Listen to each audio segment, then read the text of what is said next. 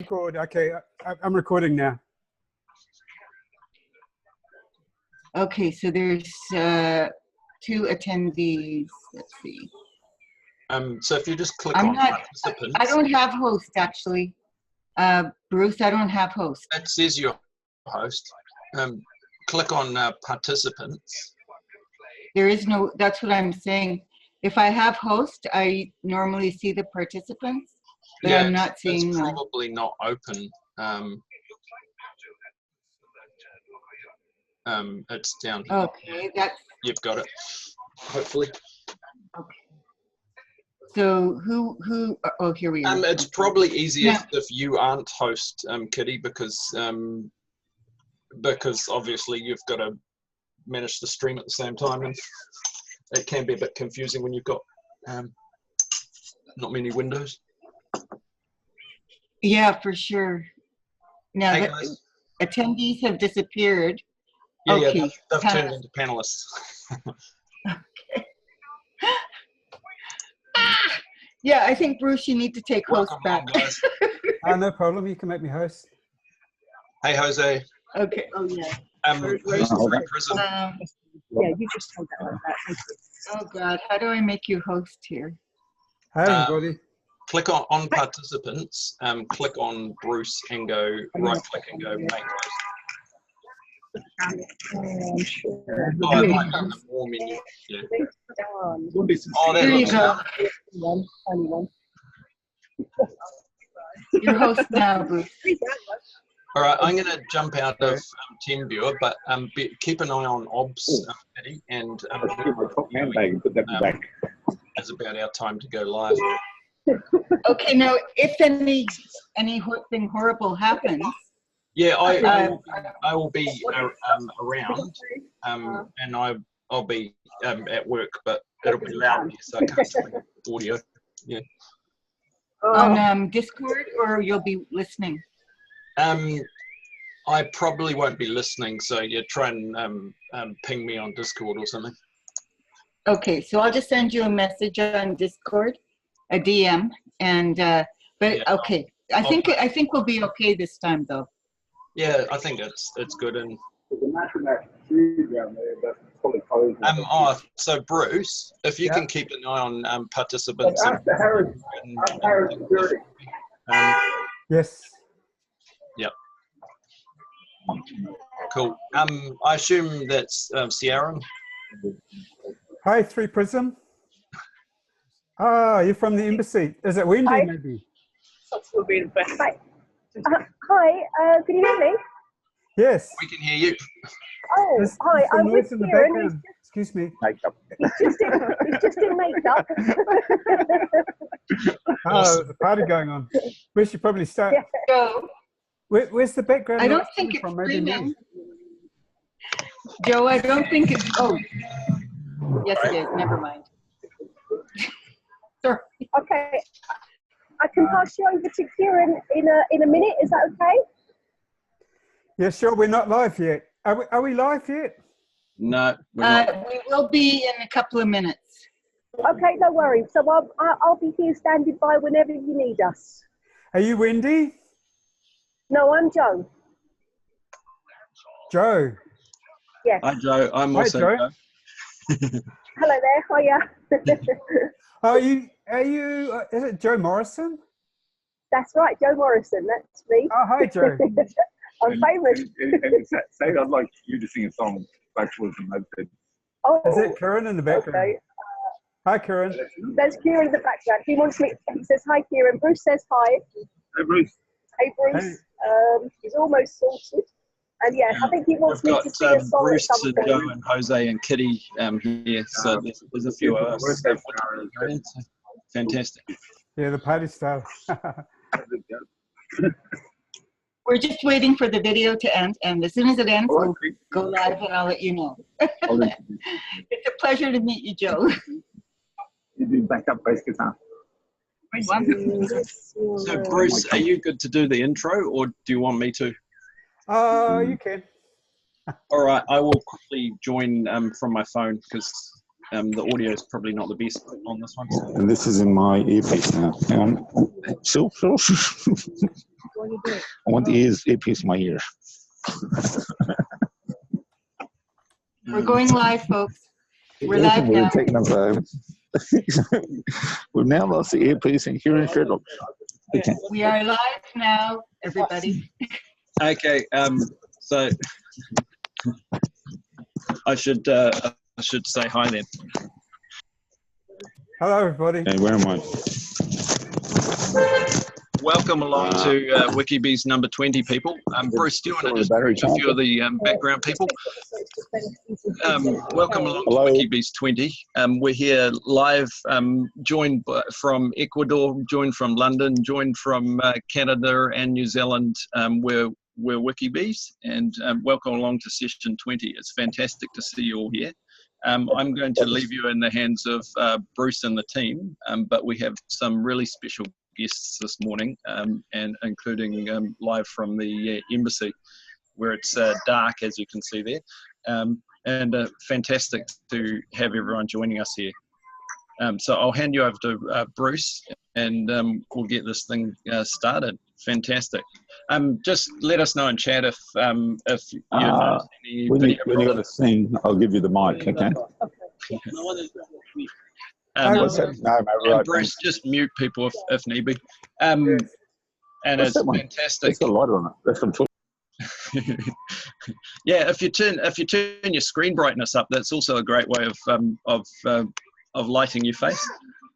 My lights are not on, but let's do this, people. It's awesome. All right. Yeah, Yes. thanks, Joe.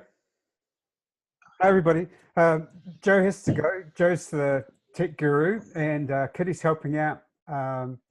So this is the WikiBees that we do every Wednesday and Saturday. Can you listen to it on your mic? Hi. I'm not sure what you're seeing, but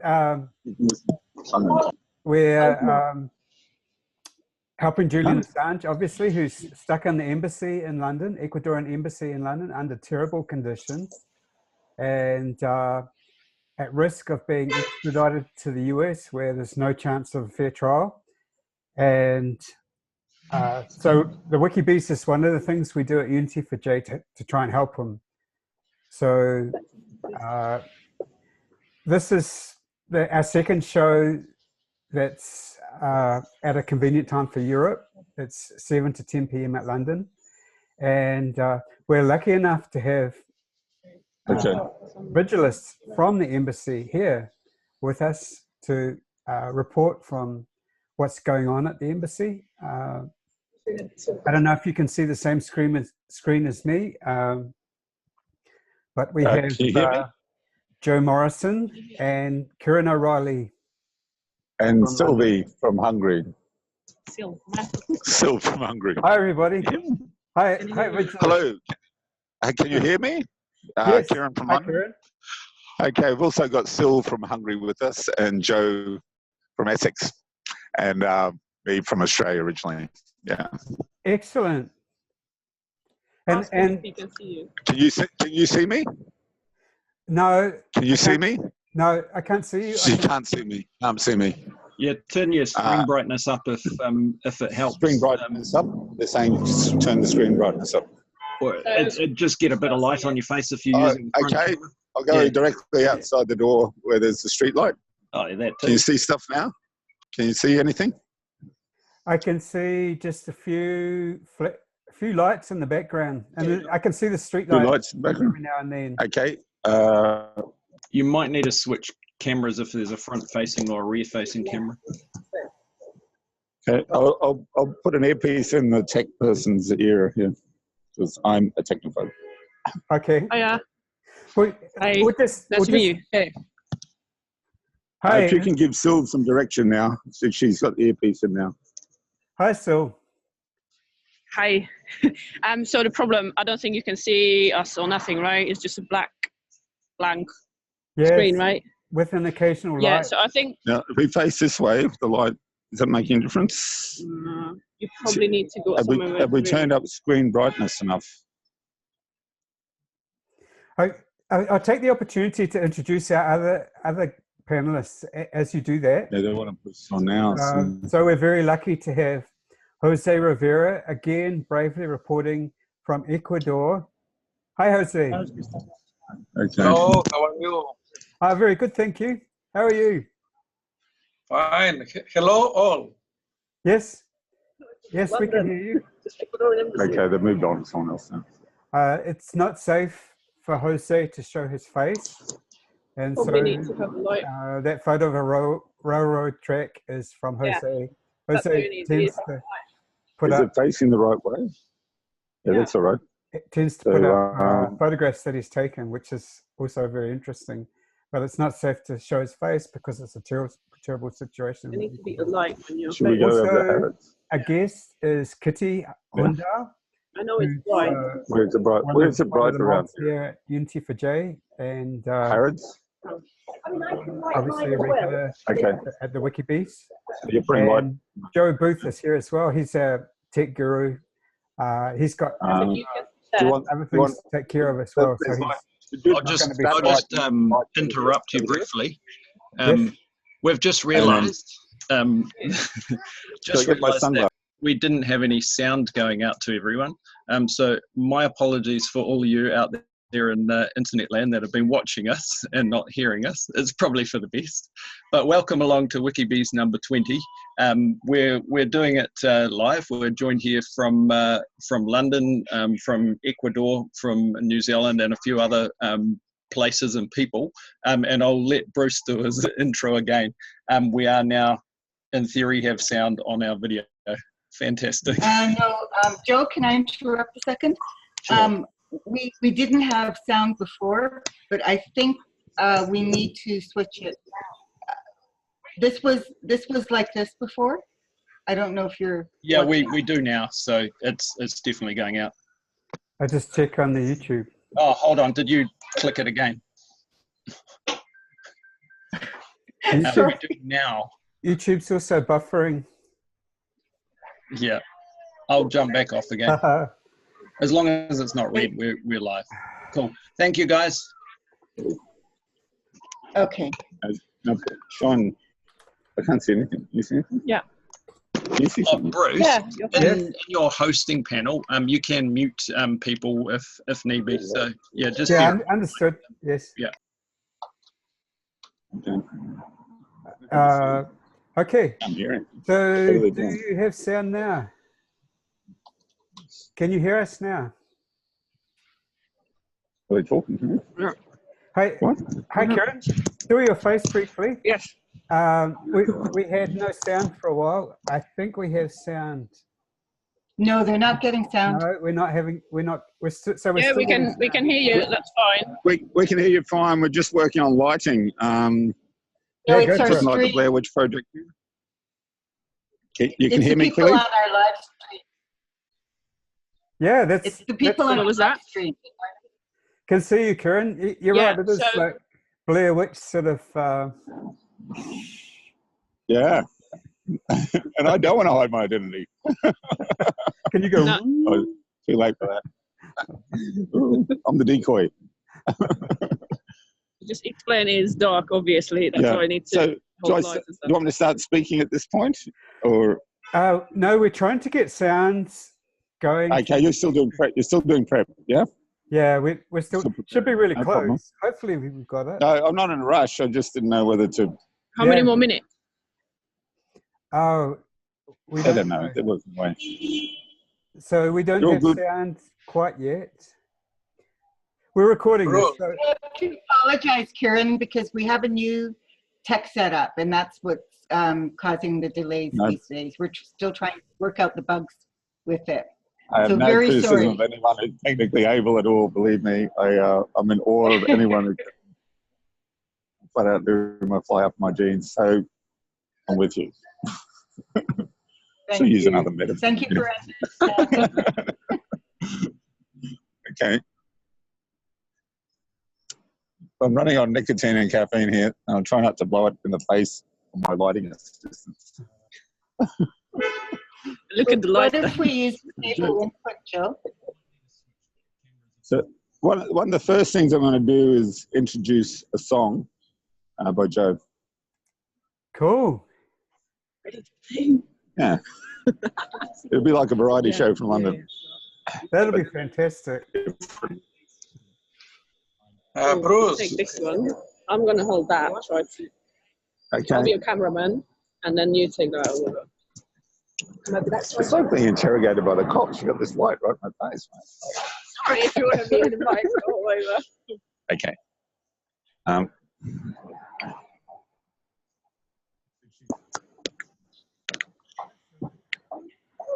There's one there. I think I just It's not a bullet. my sound.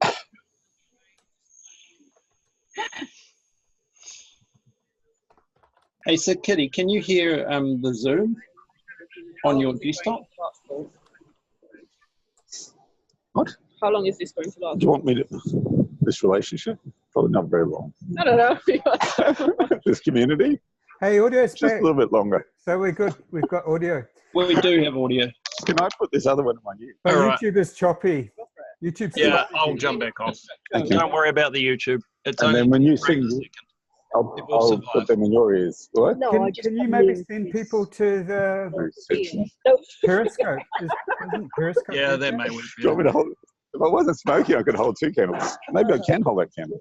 If, Maybe you shouldn't be smoking. Oh my god. If someone takes a cigar in my mouth, occasionally. Sorry, my hands are full. You want the camera out, yeah? We're a community. We're having some technical difficulties. Sorry, everyone. Cozy community. Um, Are you, by the way, visible? I don't see much. Am I visible? if Kitty, do you have the link to Periscope that you can Sorry, I post? know you guys. Okay. We're going to need another candle. See that candle there? Yeah. Not much. There's a You know little. what? That candle doesn't help. Actual video. There's a bit of a party going on outside the embassy, which is going to be wonderful. Bruce. It's Bruce. yes. Hi, Jose. I was going to suggest that they can use the flashlight of another cell phone to light up his face. Yes.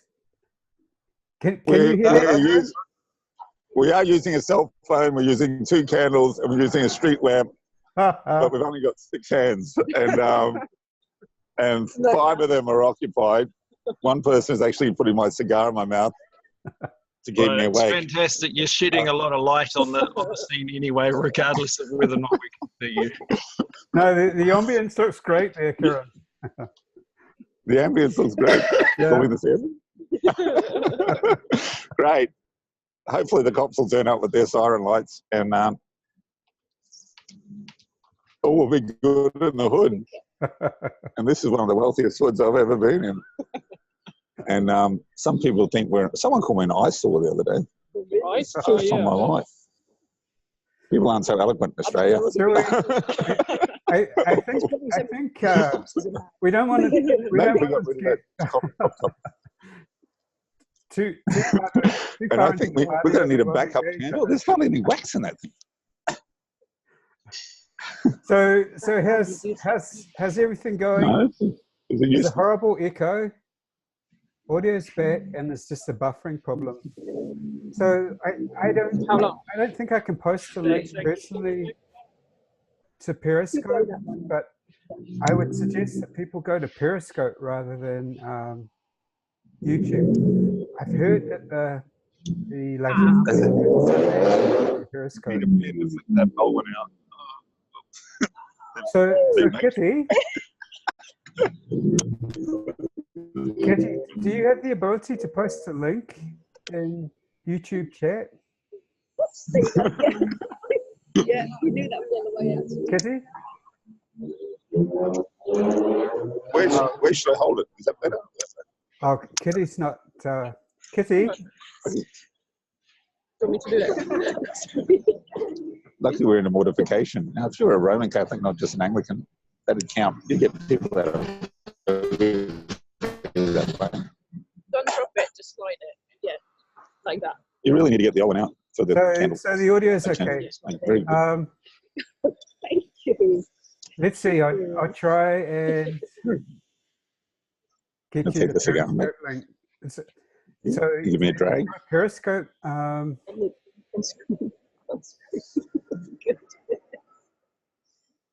Actually, it would make more sense if I held a cigar, you held a candle. Yes. Okay. Right. Okay. So this is Periscope. If you go I'm to not over there, Joe. Right up to my channel, face. it has the link to the Periscope on the top screen now. La la la la. Okay. Test. Testing. Testing. Elvis is in the building. 1, 2, 3. Yeah. Elvis has not left the building. Yeah. You know why they used to say that? Because they had the Elvis doors is locked until he left the building, so he didn't get harassed. Do you happen to have Elvis there? I don't think we're gonna have that problem tonight. Well, we're gonna have harassment, but not by fans. So the party that you're hearing in the background is from the Ecuadorian embassy in London. It's the vigils. It's a very serious business. They're guarding Julian Assange, who's inside the embassy, and under threat of expulsion and under threat of, who knows, being grabbed from there. I think the tech's probably as good as it's going to get. So, Kieran and everybody, What's going on? how's things? So we're starting now, kind of thing? Yeah, I'd say officially or unofficially or whatever. Okay. Well, it's Saturday night and we're next to Harrods, so the co-option of Christianity is very much underway in terms of consumerism. But we're meeting a lot of good local people. Like yesterday I met 2 people who live locally, who've done some time in jail, so they can empathise with Julian's predicament. And I've done 2 years myself. One guy done 6, another guy done 2. So, and we talked about sensory deprivation. We'd all experienced that at some point. And that's what Julian has experienced for 6 years. No sense of hot or cold, not seeing more than 5 meters. And he had developed, physical health problems. And I would imagine, like most prisoners, all sorts of health problems. Now, it's interesting that Julian does entertain that he could be on the Asperger's spectrum, and that the Guardian, who's supposed to be the liberal left in this country, the Pravda of the liberal left, are weaponising that against him. They present him as elitist and aloof, and he's not. I mean, my personal experience outside the embassy with him, getting him into court inside the embassy, is he has a great self-depreciating sense of humour, and he's a compassionate man, and he risked his liberty rescuing Edward Snowden when the Guardian abandoned Edward Snowden in Hong Kong. And the only reason Edward Snowden is not in chains today is because Sarah Harrison and Julian Assange rescued him when he was abandoned by the Guardian.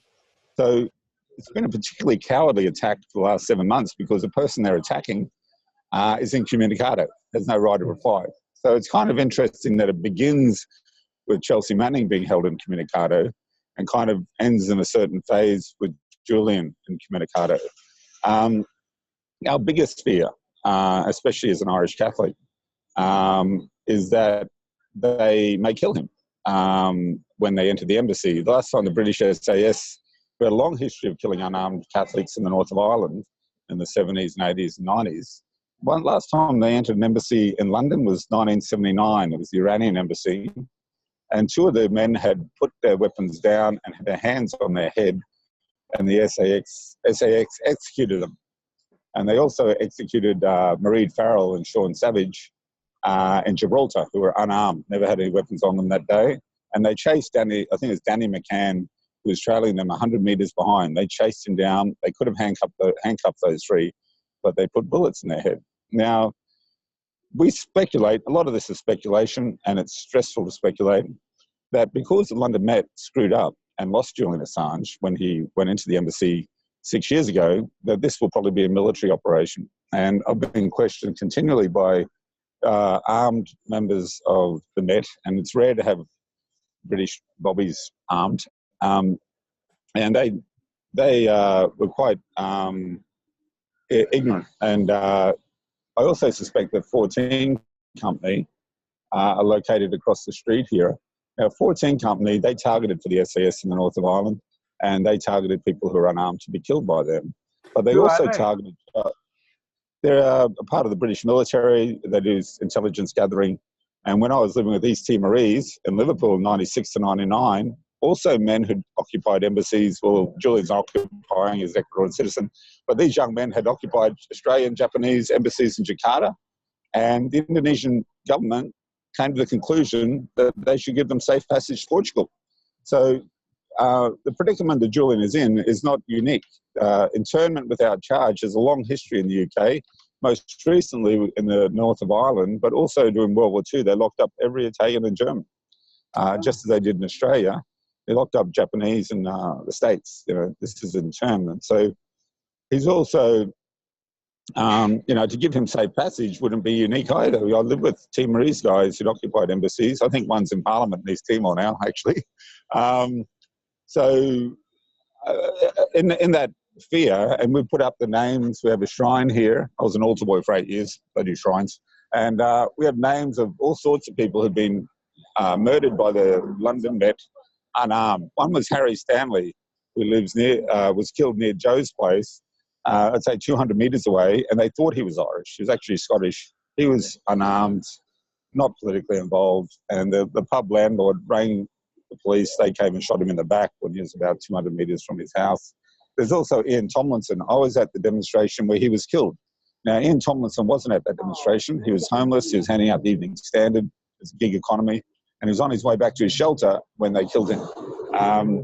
So there's a whole list of that. And we'd like Joe to sing early song by Sinead O'Connor. I think Prince helped out on it, Black Boys on Mopeds.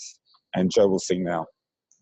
Wonderful. Margaret Thatcher on TV, shocked by the deaths that took place in Beijing. It seems strange that she should be offended. The same orders are given by her. I've said this before now. You said I was childish, and you'll say it now. Remember what I told you. If they hated me, they will hate you. England's not the mythical land of Madame George and Roses. It's the home of police who kill black boys on mopeds. And I love my boy, and that's why I'm leaving. I don't want him to be aware that there's any such thing as grieving. Young mother down at Smithfield, 5 a.m. looking for food for her kid. In her arms she holds 3 cold babies, and the first words that they learned was please. These are dangerous days. To say what you feel is to dig your own grave. Remember what I told you. If you were of the world, they would love you. England's not the mythical land of Madame George and Roses. It's the home of police who kill black boys on mopeds. And I love my boy, and that's why I'm leaving. I don't want him to be aware that there's any such thing as grieving. So, yeah, well, thank you, Joe and Sinead. And, so obviously there's a lot of references from the scripture in there about if they hated me, they'll hate you, that apply to Julian Assange, because we're told in scripture that the truth will set you free. It obviously gets you detained without charge as well. And we're also told, there's another lyric there at the end, I'm blanking now. If you were of the world? If you were of the world. Now, what does that mean? The world of capitalism? We're on a street full of Saudi princes, American plutocrats, and Russian oligarchs. This is an amazing street. It's burkas by day, high-class prostitution by night. It's a very short street. And some of the people who benefited from the wars that Julian Assange exposed literally live on the street. We have hot rod kids from Kuwait who spend 4,000 quid bringing their sports cars over here during the summer, and just to drive around in circles. These cars are made for the open road, and they go very slowly, so they rev up. And if I had a child who died for the so-called liberation of Kuwait in '91, and I saw this, I would think that child's death was not worth it, nor was all the slaughter of Iraqi people. And so these things are played out. And, I've done limited camping. I used to go to the Miami Beach on the Gold Coast with all my cousins in one big tent on a council camping ground there. And we did Jabiluka. Well, we did Roxby in '84. That's the largest uranium deposit in the world. We were out in the desert. We successfully stopped Jabiluka in '98, and did fruit picking on the Cobram River for a few seasons. And what camping in prison does is reduces things to very basic things like where am I going to piss, where am I going to shit, how am I going to stay clean, but also makes you very aware of people around you. And there are good people everywhere. Like the other day, there's a very elite primary school here, and this mother was walking by with their child who looked at me, and then mother was fearful of me, and the child tore away from mother and ran up and gave me 25p, and I was like, thank you. And I wasn't asking for it, but thank you. And then now, in a place of 24 hours, 4 people from other countries came with hot food. Yes. And then the next night, a Kiwi turned up, and I know there's a lot of political tension there, but he gave me food. And so it's quite a spiritual experience for me, and also to be so close to Julian and physically, like 10 yards.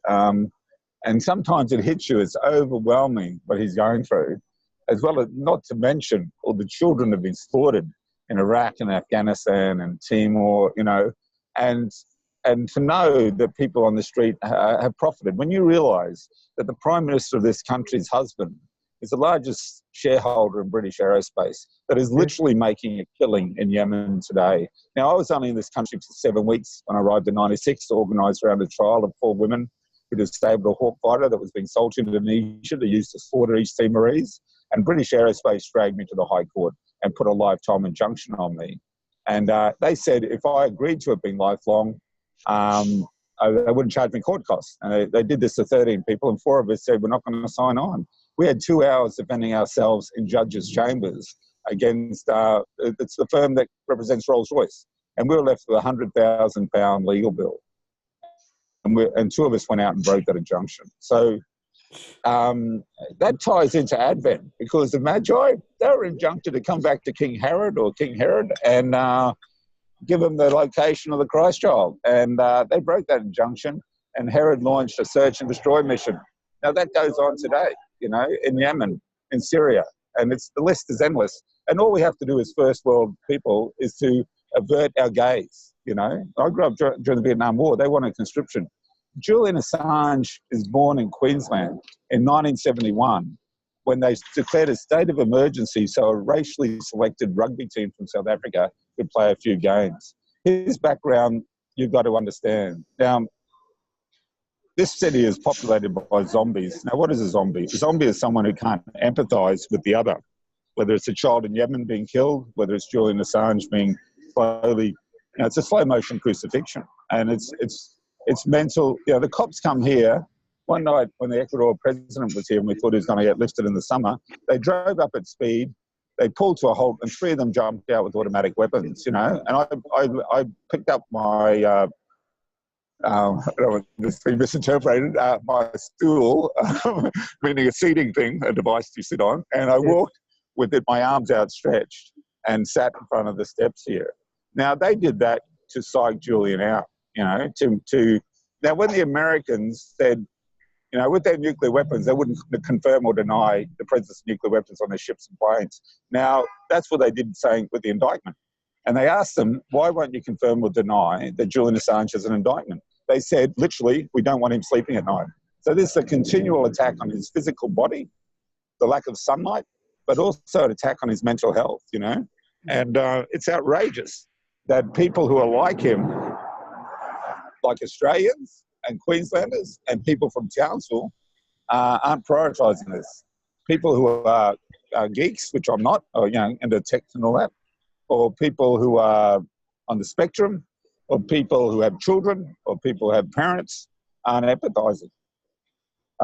So we're, you know, we had a 3-week presence here in the summer, and then we went to Dublin because the Pope was going to Dublin, and we hand-delivered through an intermediary a letter to the Pope asking him to intervene. And we still hope that that's a possibility. I heard the Pope is on his way to Ecuador. I'm not sure if that's true or not. So in Christmas week, we'll be sending delegations to all the nuncios in Dublin, in London, in Canberra, in Buenos Aires, wherever Maradona happens to be. And we'll try and organise that. And we're working on limited resources and tech. And we're also on the 7th of December, which is the 8th anniversary of him being detained without charge. That's next Friday. We're hoping delegations will go to the High Commission here, to Australian embassies in Washington, D.C. We'll be using all in Wellington. We'll be using all the contacts we have. And in Australia, people will go to the Department of Foreign Affairs. So that happened on his birthday. There's only one person. So there's one person in Sydney, Dave Smith, the Anglican vicar boxer, went there. My brother, Han Jordan, Tamil, a refugee activist in Australia, and a friend from Derry.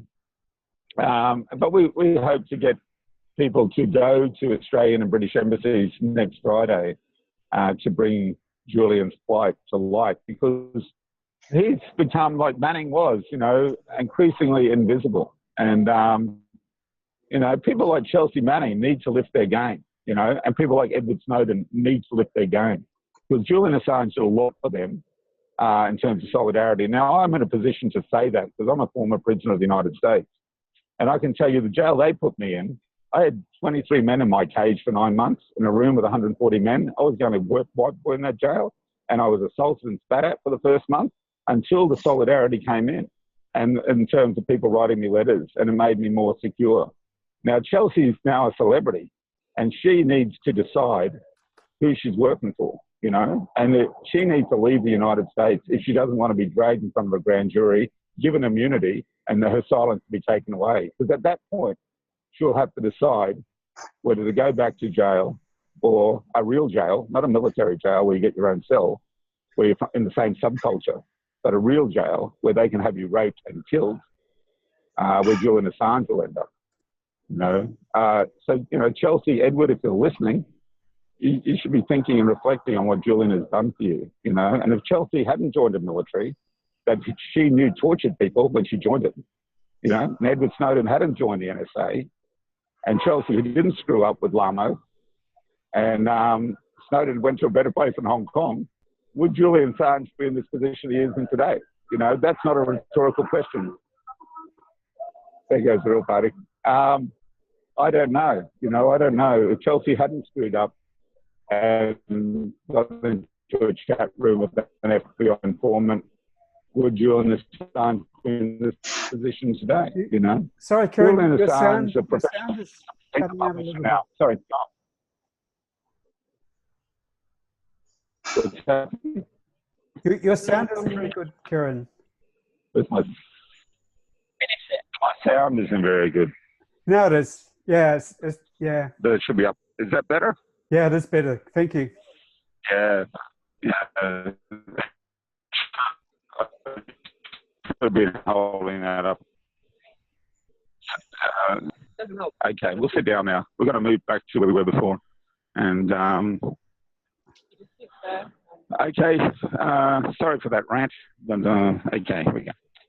Oh, no, that's great. And sort of expected, Kieran, you're very articulate. Yeah. Well, sleep deprived as well. So, you know, sometimes you get really angry. Sometimes you get really sad. Yes. Anyway. Yes, it's such an important story. Yes. I think they're in the lesson. So if you have a question, please go ahead. Yes. Yeah, inviting questions. Also, anyone in the chat stream and YouTube. That was a wonderful song from you, Joe.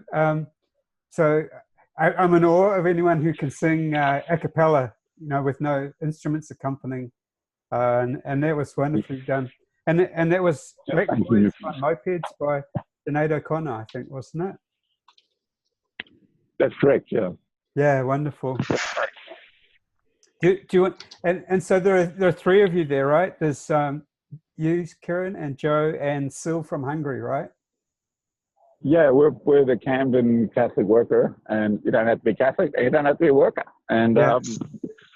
and so we're an affinity group, and what we encourage is other groups, whether it be Latin Americans or geeks or students or Australians in London, form such a groups with people they trust, because, you know, obviously there are spy cops and infiltrators. And, you know, like the guy who did the security on me at Julian's 40th birthday walked into the US Embassy in Iceland and offered to infiltrate WikiLeaks.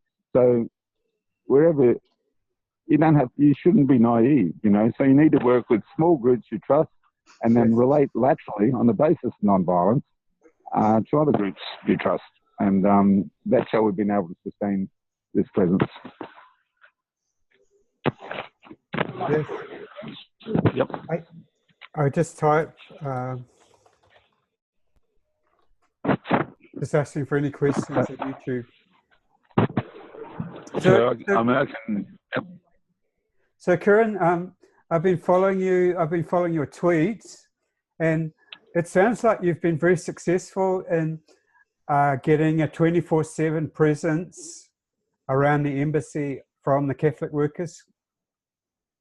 Yeah, I mean, we're a marginal group. I mean, in England, like the United States is the only church-going part of the first world, and that's scary because the biggest Christian phenomenon there is not Methodist or Catholic or Episcopalian. It's non-denominational evangelicals, which means they make the shit up as they go along. Okay, there's no intellectual tradition there. There's no tradition, and the way Christians in Europe would view televangelists, I'm pretty sure it's the way Muslims in the Middle East view the Nation of Islam and whatever kind of, you know, Judaism Madonna is into, or whatever prosperity gospel Buddhism they push in California. So, you know, America is a weird place. So in England, since the early 90s, there have been more practicing Muslims going to the mosque than Christians going to church. Roughly 1 million Anglicans are practicing. They're mostly English. There's 1 million Roman Catholics. They're mostly not English. They're old Irish guys, people from the Caribbean, people from the French colonies. So Christianity is Western Europe largely is post-space. So the Catholic worker being Catholic anarchist pacifist is even more marginal and a very marginal phenomenon. So, but we have a rich tradition of prisoners. Our founder, Dorothy Day, she was an anarchist suffragette who went to jail in World War I protesting the war, converted to Catholicism, and then we had people locked up in World War II for resisting the draft. And then we were the first people to burn draft cards publicly in New York in the early years of the Vietnam War, Tom Cornell and others. And then the Berrigans, Daniel and Philip, began to break into draft boards and hundreds of other people to destroy draft files. And this developed into the ploughshares movement that you saw at Waihopai. I gave evidence of that trial in Wellington. They were found now guilty, just like we were found in Dublin. We were found not guilty, $2.5 million damage to a US plane en route to Iraq.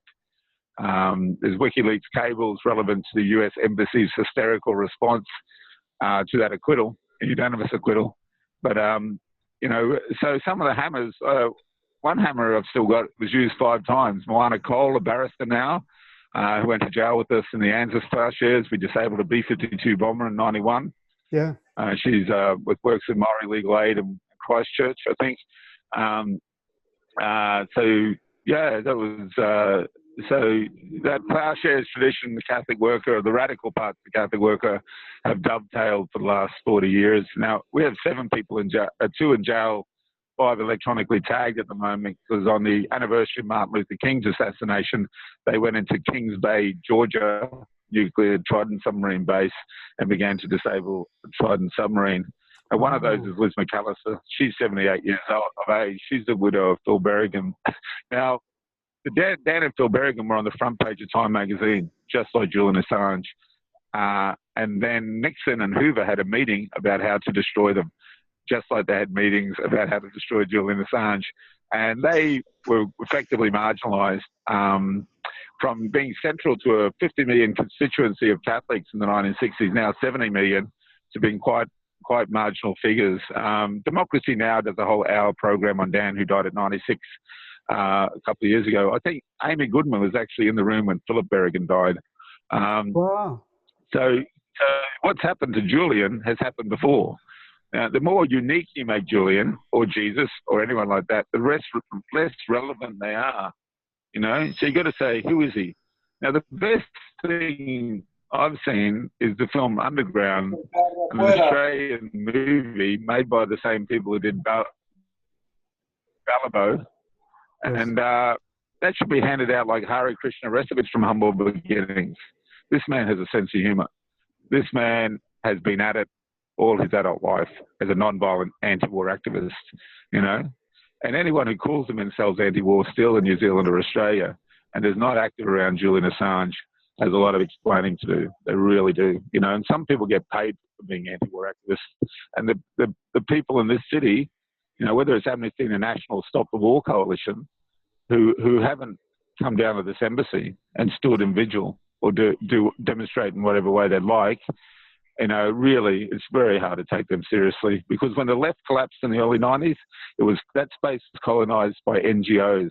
The last thing NGOs are non-government organisations. They're funded by the government, they're directed by the government, and they've occupied the space, which used to be part of the space of the revolutionary left, you know, and you know, which a lot of artists were around, where all the utopian ideas came from, that the Labor Party would co-opt and modify.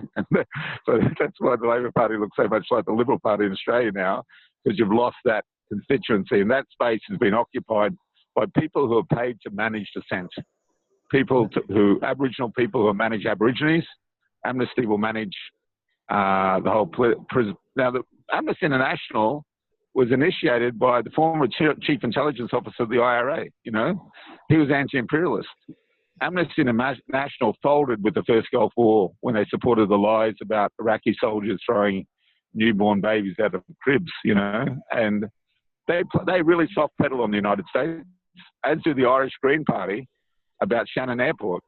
You got to ask, is that to do with MI6 infiltration, special branch infiltration, or is that just because they're cowards, or they didn't think Julian Assange was an ambulance worth chasing, you know, ambulance chasers, and they thought that his name would toxify their brand because of the lies that were being told by the same government that lied to people about weapons of mass destruction in Iraq. You know, that sent my godson, Ben Griffin, from the British SAS to Iraq to kidnap 15-year-olds. For the Americans then, you know, anyone from 15 to 60, they lifted from those villages, they took them back to Baghdad, they lined them up, and then the Americans went down those lines and picked the ones they wanted. The ones they didn't want went to Abu Ghraib. Abu Ghraib was minimum security. The ones they wanted, they tortured, and some of them they killed, you know. Now, Ben Griffin also has an injunction on him that he can't talk about any experiences of the British military. So this censorship of Julian Assange is not unusual. It's happening all the time. There are people in the city who are under control orders where they haven't been convicted of crimes, where the evidence their defence counsel can't see. So there is a parallel universe. Now, Indigenous people can tell you about parallel universes, because growing up in Queensland, where when I was 8 years of age, Aborigines didn't have the vote. They weren't citizens of Australia. When I was 13, it was still illegal to cohabitate with a native in my state. You know, when I went to jail, 30% of the population was Indigenous, even though they were 2% of the general population. They occupied a parallel universe, as did gay people in the 70s. Now, gay people have been mainstreamed, and the Irish have been mainstreamed now, you know. But these were the other. And if you can't empathise with the other, you're really a zombie. And Julian Assange has been presented by The Guardian, by the liberal left, as the other. You know, he isn't deserving of basic human rights, of sunshine. He should be sent either to his death, executed under the Espionage Act, or life imprisonment. Now, the place you need to Google is Florence, Colorado. That's where he's going. That's where Woody Harrelson's father died, the actor. And you Google it, Wikipedia even, they will tell you, a former warden, that it's designed to drive you crazy. You never see another prisoner. And in Europe, you know, which Britain is just about to leave. I wish they'd leave Ireland. But in Europe, they're about to leave Europe. Europe recognises human association as a basic human right, like water, ablutions. Yes. In America, they don't. They've got 50,000 people in solitary confinement in their system. And that's a big difference between Europe and the United States in terms of imprisonment. So, you know, he's in central London.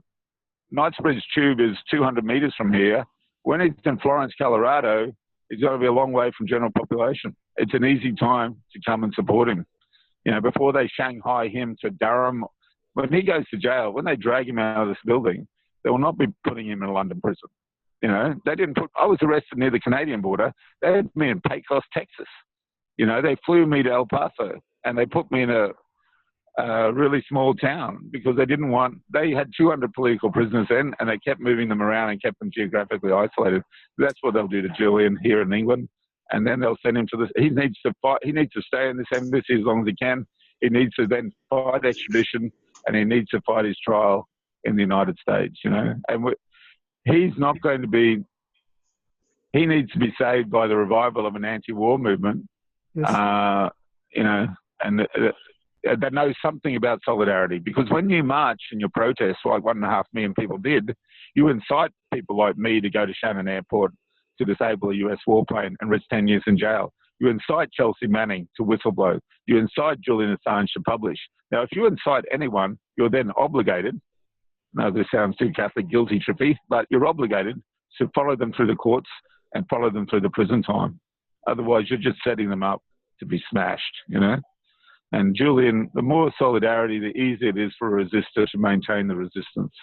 And we live in such an atomized world now, you know, it's terrifying. And because I'm old, I'm 58, I remember a world that wasn't like this. I remember trade unions. I remember radical churches. I remember a punk scene. I remember hippies who were political, you know. Now, not all hippies and punks and churchgoers are radical. You know, they co-opted punk rock in 5 years. They co-opted rap music in about 3. But Christianity, we had a 300-year run, you know, before they'd legalized this. And we need to go back to the radical roots of whatever tradition we come from, Buddhist, pagan, Catholic, punk, feminism, whatever, you know. And you know, this identity politics is a scourge. And who, you know, when I was 17, I was being bashed in the streets of Brisbane when they suspended civil rights. Now, with these teenage identity politics kids, who are they going after? They're not confronting the cops. They're going after Jermaine Greer, an elderly woman, and no platforming her from Cardiff University. They're going after Peter Tatchell, a gay man who was gay when it was criminal to be gay and where you'd be poofed to bash. You know, they're going after me at the Anarchist Book Fair where I was physically assaulted in 2013 because all of us, Jermaine, me, Pete, Julian Assange, we're exhausted. You know, we've been at this a long time. So they go after soft targets. They haven't got the courage to confront the people waging war in their names. And it's got nothing to do with skin tone. The last cop that arrested me was an elite counter-terrorist officer in London, and he was black, you know, and I assume he came from the Caribbean or Africa. He was colonized. I'm from Ireland. That's where my people come from. We were colonized for 800 years. We're still colonized in the north. And now you've got a choice once you're colonized. Do you join the colonizer and become a house slave, or do you resist them? And I choose to follow Jesus and non-violently resist them. My grandfather resisted them violently, you know, and that's your choices. And it's got, now the black guy in this thing, I'm the white guy, here's the black guy. The black guy had the gun and he had the handcuffs and he took me where I didn't want to go. I was a white guy, but I didn't have the gun, thank God. And I didn't have handcuffs. So it's not about black and white, you know, really it's about colonizer, and then what your choices are. You know, I'm Irish. I'm from an Irish Republican family. I'm born in Brisbane where the Indigenous people were totally liquidated. They were close to total. And I've got a choice. Do I, you know, go upwardly mobile as a second wave migrant or whatever? Or do I join the resistance in solidarity with those Aboriginal people who don't get to live very long? Now, most of the guys I spent time in jail in Texas with, the Syrian guy, I assume is dead now. The Mexicans, I spent 500 Mexicans and 50 of us weren't. I assume a lot of them are dead because the second biggest mortality rate of Syria is the Mexican drug border war with the United States, you know. Mm-hmm. So, you know, I've had a pretty easy hand You know, if I was giving this speech in Guatemala, I'd be disappeared and tortured. You know, if I was giving this speech in Indonesia or the outer extremities of empire, it'd be high risk. You know, it's a little risky here. You know, I don't know whether I'm going to end up being tasered here or bashed or whatever. It's a possibility, but it'd be a probability in some other places. You know, so. Because we're privileged at the centre of empire in Australia, New Zealand, the States, Europe, there's much more of an obligation for us to act up, because we whether we like it or not, we reap from the killing of children in Syria and Yemen. And we've got to decide, are we zombies? Do we want to be human? What's a human what response to the killing of children and the torture of Julian Assange? You know? Yes. Okay. Yes. Thanks, Karen. I'm just screen sharing a tweet from Joe Morrison. Karen O'Reilly preparing for a port to Wikibees. We're almost sorted. Have you seen that tweet? No, but Joe's right next to me. So I can ask, did you tweet something about this? Yes, about you. Yep. No, it wasn't wrong. Yeah. It's a very nice tweet. It's a really nice tweet. Oh, good. Yeah. And, yeah. Oh, another one I'll screen share, Karen, is your 1991 interview that you tweeted out. So I just share that. That was one from jail, was it? Or yes. Yeah. I was off the drink then. I was running 3 miles every morning, and that was a period when I was young and beautiful. But it's a passing phase, so don't get too attached to it. Yeah. Oh, okay. Can you see the screen now, Joe? So this is your 1991. Do you want Joe to sing another song if you want one? Oh, Joe.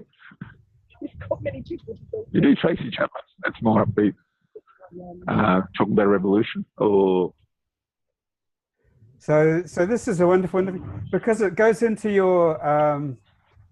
your spiritual roots and your history of activism. Very very considered and very spiritual, right? Yeah, I mean, it's spiritual is about, I guess, the opposite to temporal, which is temporary, and you know, it's a search for being authentically human. We believe we're all created in the image of God. You love God by loving other people and trying to stop principalities of power, governments, corporations murdering their children. And yeah, so and it was an interesting interview because the guy had read about me in a magazine, and he owned a tennis club in Houston, and he drove 11 hours and he smuggled in this video camera he used for helping people improve their tennis serves. And then he later went to prison himself twice, really? Ken Crowley. And yeah, and also he was on a bourgeois running track in Houston, and who should be coming the other direction but George Bush Sr. and 2 bodyguards, Secret Service. So as he approached, Ken dropped to his knees and said, "Pray for the children of Iraq." And Bush turned around and said, "And for the hostages." And he's thinking, what hostages? So it was probably a reference to Iran and the 70s or something. They call him Poppy Bush because of the heroin trade there during the Vietnam period. Now heroin's coming out of Afghanistan. I think there's a theme there. And at the moment, in front of the Ecuadorian embassy, you have scaffolding. Yes. We know what scaffolds are used for, but historically. But now this is unusual because I was a house painter with Phil Berrigan in Baltimore, Maryland. Their community is now based where the wire is set. And you do outdoors in the summer and you do indoors in the winter. Now, I asked the guy working on this job, I said, isn't it unusual to do a job outdoors in the winter? Because there's no light and it rains a lot and you got to stop work. And he nodded at me. Now, this scaffolding is here because they want to destroy the optic for US media coverage of Julian Assange or any other media coverage.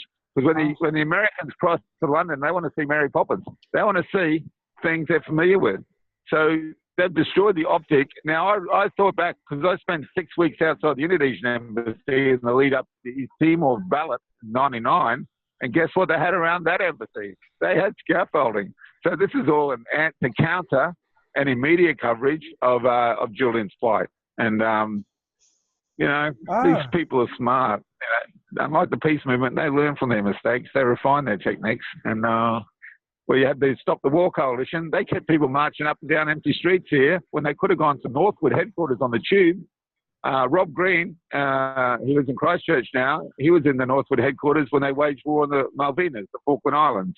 That's where they did their drone attacks from. If you put 5,000 people around that headquarters, you'd create a lot more tension than 1.5 million people walking down empty streets in central London. So you've got to really ask, what are the motives of the paid organisers, the well-paid organisers of the Stop the War Coalition, you know? And you've got to form affinity groups, and you've got to work with people you trust, and don't be exploited by these people. And these are people who abandoned Julian Assange, you know? So, yes. You know, we've got to learn from our mistakes, you know? And Joe's got another song. It's a bit more upbeat. Yeah. And what is it, Joe? Tracy Chapman, is it? Yeah. Okay. Don't you know they're talking about a revolution sounds like a whisper? Don't you know they're talking about a revolution sounds like a whisper? While they're standing in the welfare lines, crying in the doorsteps of those armies of salvation, wasting time in the unemployment lines, sitting around waiting for a promotion. Don't you know they're talking about a revolution sounds like a whisper? Poor people gonna rise up and get their share. Poor people gonna rise up and take what's theirs. Don't you know you better run, run, run, run, run, run, run, run, run, run, run, run. Oh, I said you better run, run, run, run, run, run, run, run, run, run, run, run. Finally, the tables are starting to turn, talking about a revolution. Yes, finally, the tables are starting to turn, talking about a revolution. Whoa, whoa, whoa. Talking about a revolution. Whoa, while they're standing in the welfare lines, crying on the doorsteps of those armies of salvation, wasting time in the unemployment lines, sitting around waiting for a promotion. Don't you know they're talking about a revolution sounds like a whisper? And finally the tables are starting to turn, talking about a revolution. Yes, finally the tables are starting to turn, talking about a revolution. Whoa, no. Talking about a revolution. Whoa, no. Talking about a revolution. Whoa, no. Okay, we're going to hear next from Hungarian Sylvie. She's a bit shy, but just say a few words, Sylvia. Hello, good evening. Right here by the embassy, where Julian is obviously with us somewhere inside the doors, the windows. Well, anyone who can support, just make some noise, make some words. Yeah, do what you can, where you can. Yeah, stay with him, stay with us. Say something in Hungarian. No. Go on. Good evening, free Julian. Say something in Hungarian. Go on. We're all exposed. Go on. No, I'm fine. Okay, she's a bit shy about her own language, but my father can speak fluent Irish. Now I need to put these earpieces back in. So one Irish saying is "Chucky-ala," which is "our time will come." And so yeah, can you hear me still? Is that plugged in? Sorry, I'm muted. Yes, I can hear you, Karen. And thanks very much, Joe, Okay. and thanks very much, Sylvie. Right. And isn't it just... So just on that point about language, because Sylvie seems very shy about hers tonight, but you know, radical Christians believe what happened at Pentecost was people spoke their own indigenous language, not the imperial language of Latin. Nothing mystical about Latin. It was an imperial language, as French and English and Chinese and will be. So what happened at Pentecost was the message was so universal to love each other that people understood across a linguistically divide, you know. So it's great. I'm trying to learn a bit of Irish, and it's good to learn. You know, obviously New Zealand people are more fluent in Amari, and then Australians are like this, the Prime Minister of Australia can't even, you know, tokenistically say hello or good morning in any Aboriginal language, and that's outrageous, you know. Yes, it's coming back. Are you guys? Can you stay for like the 3 hours? Or because I'm very conscious. I'm not going anywhere till the Pope turns up on his Pope-mobile and takes Julian Assange away, or that. Yeah, even the Anglicans cheer on that one, and or they step over my body to get him. Okay, so that's my plan.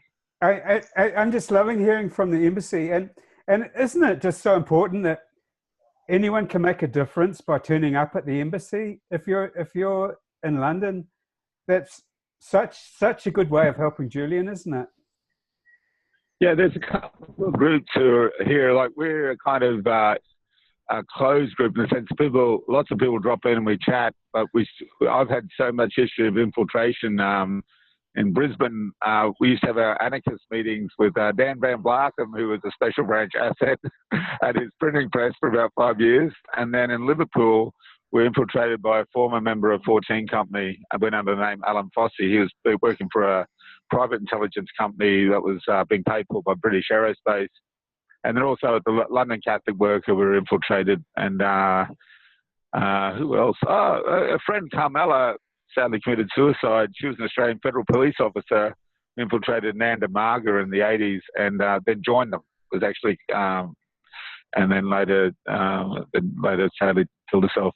So, you know, and the north of Ireland and the Republican movement was so riddled by British assets at the end. Scappaticci is worth looking up.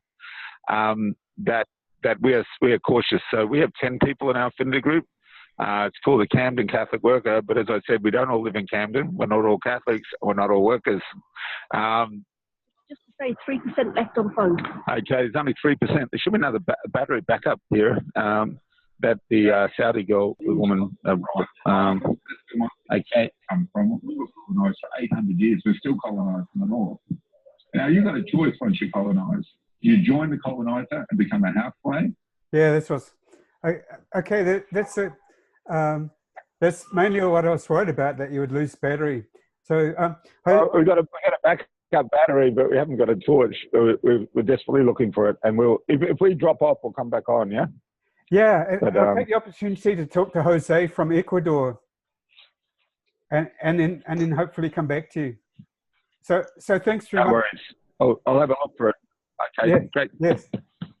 You can listen in there. I'll look for it. So I'll mute you for the moment, Kieran, or if do you know how to mute yourself? There's a mute button if you can mute yourself, because if I mute you, I'm a little bit worried that I won't remember to come back on. Is that to us, Kieran? Yes. Yeah.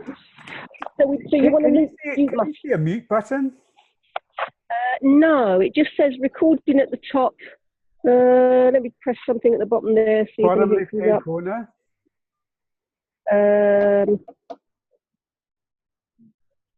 No, it's not it.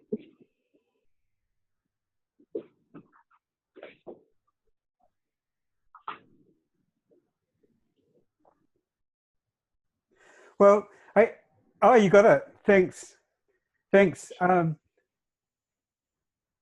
So that's been wonderful, and hopefully they can stick around, and we'll talk some more. I'll always give, I think, a lot of priority to the people outside the embassy guarding Julian. So that's why, you know, they've been talking for so long and singing songs, and I really enjoyed that segment, and I can't really think of anything better that a WikiBeast could be doing than having a report live from right outside where Julian is, from the vigilists who guard 24/7 Julian Assange, getting into the London winter, sometimes below freezing, sometimes just above freezing, and you know, rain, just freezing rain. So, but also wonderful is to have Jose here from Ecuador, Ecuador is the embassy where Julian is, and the Ecuadorian people and the former Ecuadorian president were wonderful to Julian and saved him when the US and the strongest powers of the world were trying to get him. But now they have a new president who's called Lenin Moreno. So Jose. Hello, how are you? Hi. So sorry for the long wait. That's fine. But very, very pleased to have you on again, reporting from the rapidly changing situation in Ecuador. Yes, as you know, we still don't know who is going to be the new ambassador at the Ecuador embassy in London. Yes. I was surprised. I am surprised that he hasn't, named someone to go over there as an ambassador, and it's kind of strange, to have an embassy without an ambassador. I don't understand. Something is going on there for sure, because. Yeah, so the scaffolding's going. Jose, did you know that the embassy changed ownership earlier this year? I am not surprised, and I was waiting for that move. In February, if I remember correctly, the embassy was bought for £100,000, which doesn't sound like very much. Free lease was bought for £100,000 by, I think, a rich, maybe even royalty with the United Arab Emirates. Certainly someone very, very wealthy, billionaire, I think, from the United Arab Emirates. If I'm remembering correctly, I saw it in a tweet, bought the embassy in February of this year. I'll try and find that tweet. I can't do it now. Yeah, so they have the scaffolding at the outside of it, of course. So there's a lot going on, and they're trying to get rid of him one way or another, aren't they? Yes. Well, because you see, how could you evict a person from a building? Either a new owner or a new lease, or a reconstruction permit, where you have to empty the whole building due to reconstruction. So those are three possibilities, that should be expected. Yes. By us. So the easiest one is just any of those three, Yes. They say, we are going to rebuild the building and you have to leave. And we'll give you 3-4 months to vacate the space. Yes.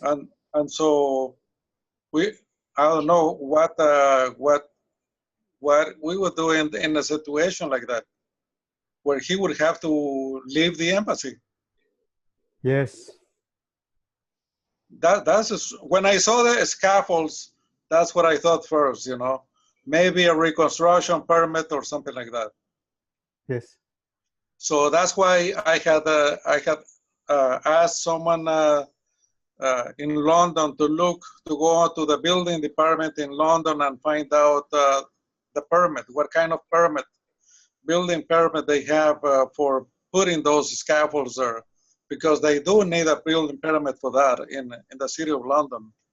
So, so it should say, the reason why they have it there. So, in the Ecuador news, the taxi drivers strike was averted. It probably was because they were threatened, the leaders, or they were just bought out, Yes. And the students did a protest, and they were met by the police. And the police arrested some students, and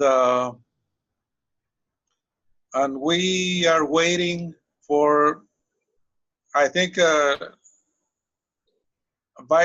jail Vice President Glass could die any moment. Yes. Yes, he could die any moment now. You know, any moment now, because Yes. his situation is really bad. His medical situation, and Yes. even the government. We have in Ecuador a special court which is called People's Court, Yes. and they did a medical examination on him and his conditions, and they recommended to change Glass to another jail where he's going to be guaranteed all the human rights that he's guaranteed by Constitution. Is this very And so, recent? yes, there is an order by that court. From But the where? government, yes, and the government is doing nothing. They are just taking their time, you know. When was the order, Jose? I think it was around 4 days ago. 4 days ago. 4 days ago. I have the copy of the. Yes. So, you know, so the government has that judicial order, and they haven't moved. Also, yes, also Glass filed for a habeas corpus in the city where the jail is, and the court has not moved at all. Has not made any pronouncement from the court. Nothing. They're just sleeping on the paper, you know. Yes. And you know, you don't need to be, you know, a mathematician to add 1 + 1 is 2. You know, they're just waiting for him to die. You know, because yes. Jose. Yeah. Yes. We do it every time, but we tend to assume that some of the people watching will be new. So I understand. Could you go right from the start and give some background on Vice President Glass, and also on even go back to Lenin Moreno and Rafael Correa and the situation with Julian Assange? Could you give a very basic introduction again? Sure. Well, you know, Lenin Moreno was the vice president for Rafael Correa for 10 years. Yes. And then he went to Geneva to work for the handicapped. They had a program there. And then in 2017, he went as a candidate for president. Lenin Moreno was a candidate for president, and Jorge Glass was a candidate for vice president. So Lenin and Glass were together on the elections. So they won the elections. And just a few months after Lenin became president. That's fine. I can sit this again. Thank you. Thank you. Sorry about that. Sorry, yes.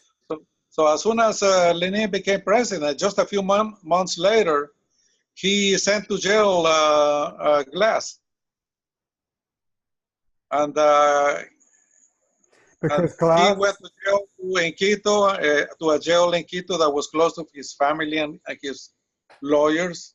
And about a month ago, more than a month ago, he was sent to a high security prison for no reason. But the reason he was put in jail... Huh? The reason he was put in jail... What was the reason he was put in jail? We still don't know why. They made an accusation that was not even in the books, because they said Glass, you are accused of illegal association, but according to the to such law. But that law that they cited on the sentence did not exist anymore. And the illegal association was never proven. I mean, there was nothing, no proof, nothing. He was just the one-page sentence, which is ridiculous for a high court, is so, so unthinkable that you sentence a guy for the vice president, elected vice president of a country, Yes. just with one page. Yes. Crazy. It's so amazing, you know. So you know, it reminds you of the protocol. The protocol is only what, 1 page or and a half, Yes. and they sentence, you know, because that's basically what the protocol was for Assange. It was Yes. basically a jail sentence, you know, with including torture for every day, you know. So you know so that's what we have now. This president is so you know, it's so you know, concentrated on doing his plan, you know. Yes. So what was the real reason, do you think? That it doesn't make any sense, the reason they gave. What was the real reason, do you think, that he was put in jail? Well, Lenin Glass, Vice President Glass, was on his way because he,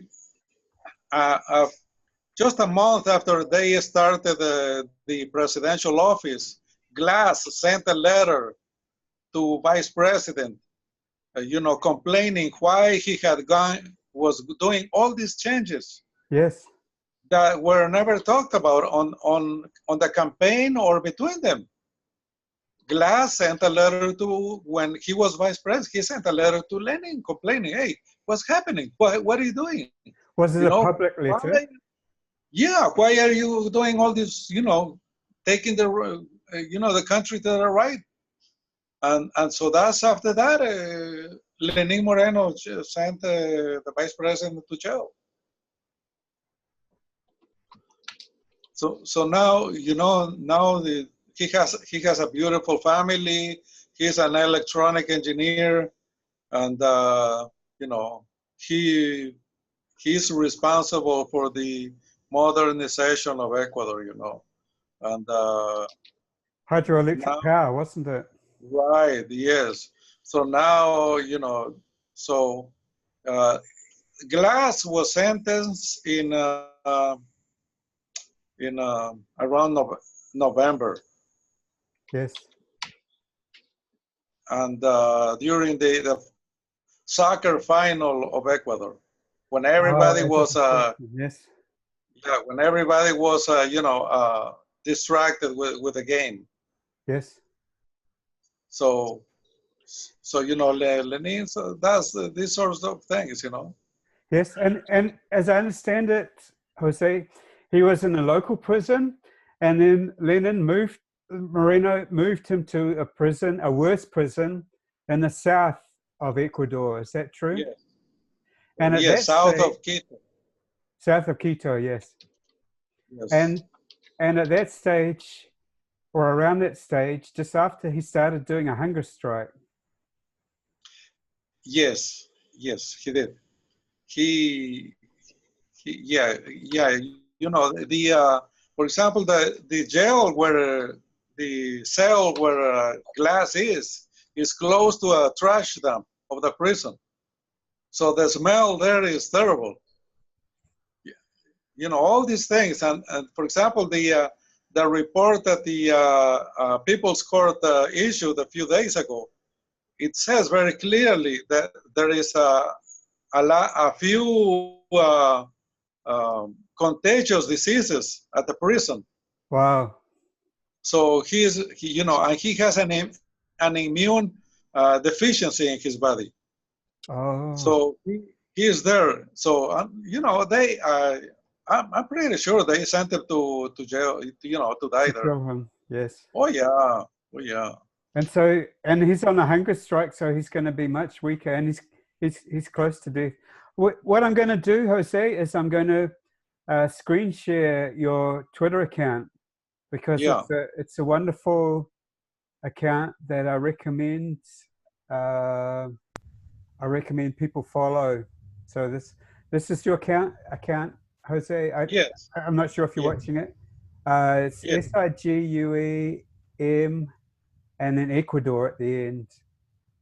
And so I recommend to everyone, if you're interested in Ecuador, follow this account. And I'll show some of the recent tweets you've done. This is the mother. Can you see this photo as well, Jose? Yes. Yes, that's Glass Mother and Rafael Correa. This is Rafael Correa, who is the former president of Ecuador, very popular in Ecuador. And he's the one who saved Julian Assange. And he's the one who gave asylum to Julian Assange in the Ecuadorian Embassy of London when Julian Assange could have been extradited to the US to face a life in prison, torture, terrible things. And Rafael Correa is now in Belgium. So this photo is probably taken in Belgium, do you think, Jose? Yes, in Belgium, about 3 days ago. About 3 days ago. Yeah. We've already retweeted that.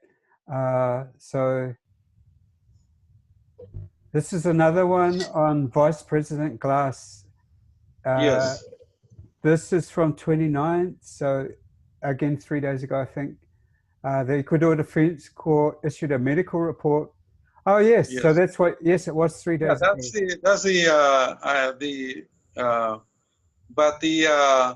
that's the government response to the recommendation of the People's Court. Was a communication?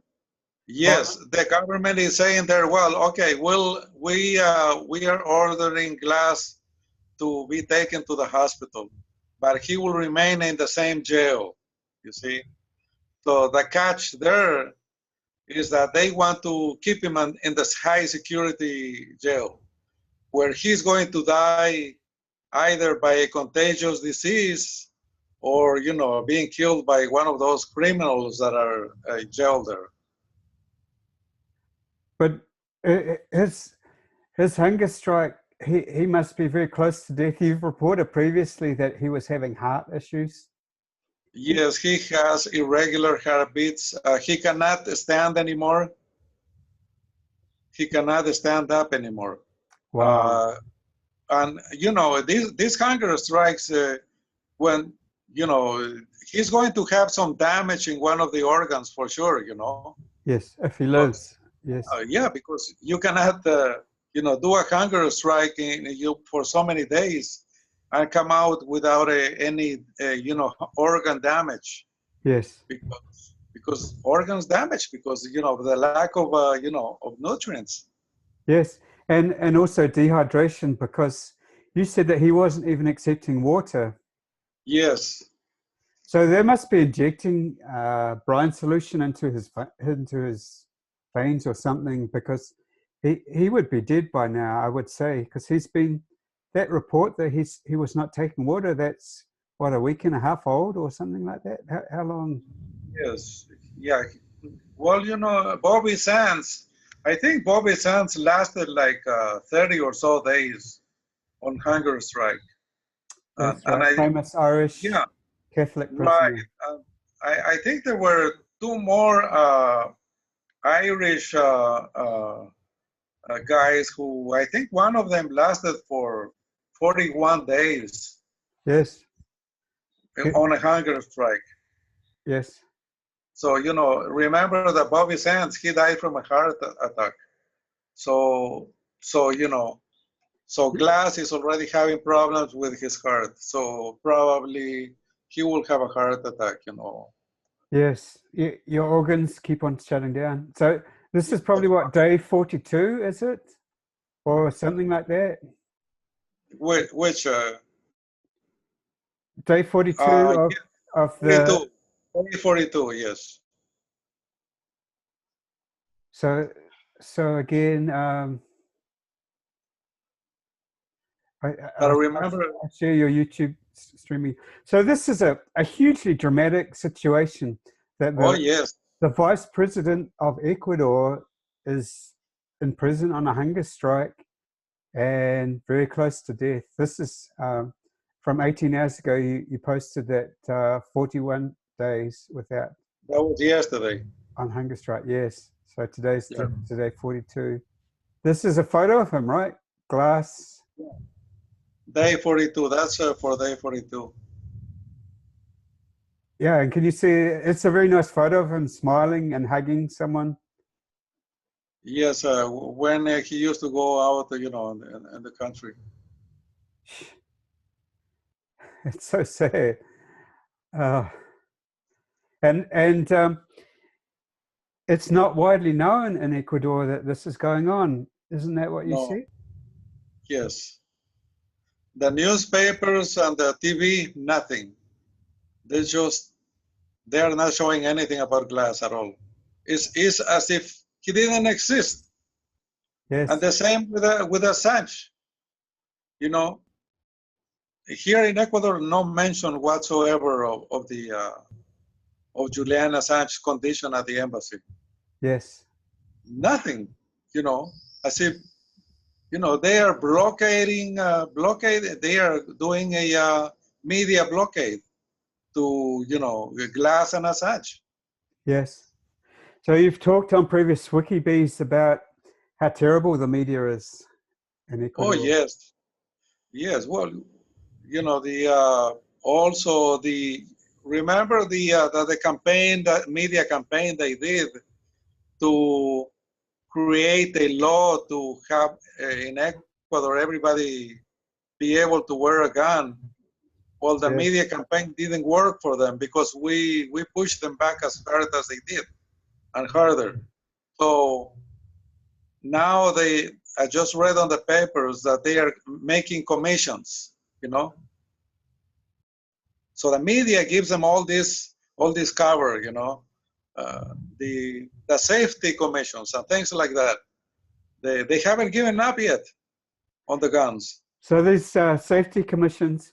So the situation is that the media tend to work for the government, and the government is strongly influenced by the US and the CIA Yes. in particular, as you understand it. Yes. Yes. Well, And- you know, remember the article by the Guardian that they made that story of that Manafort visited Assange. Yes.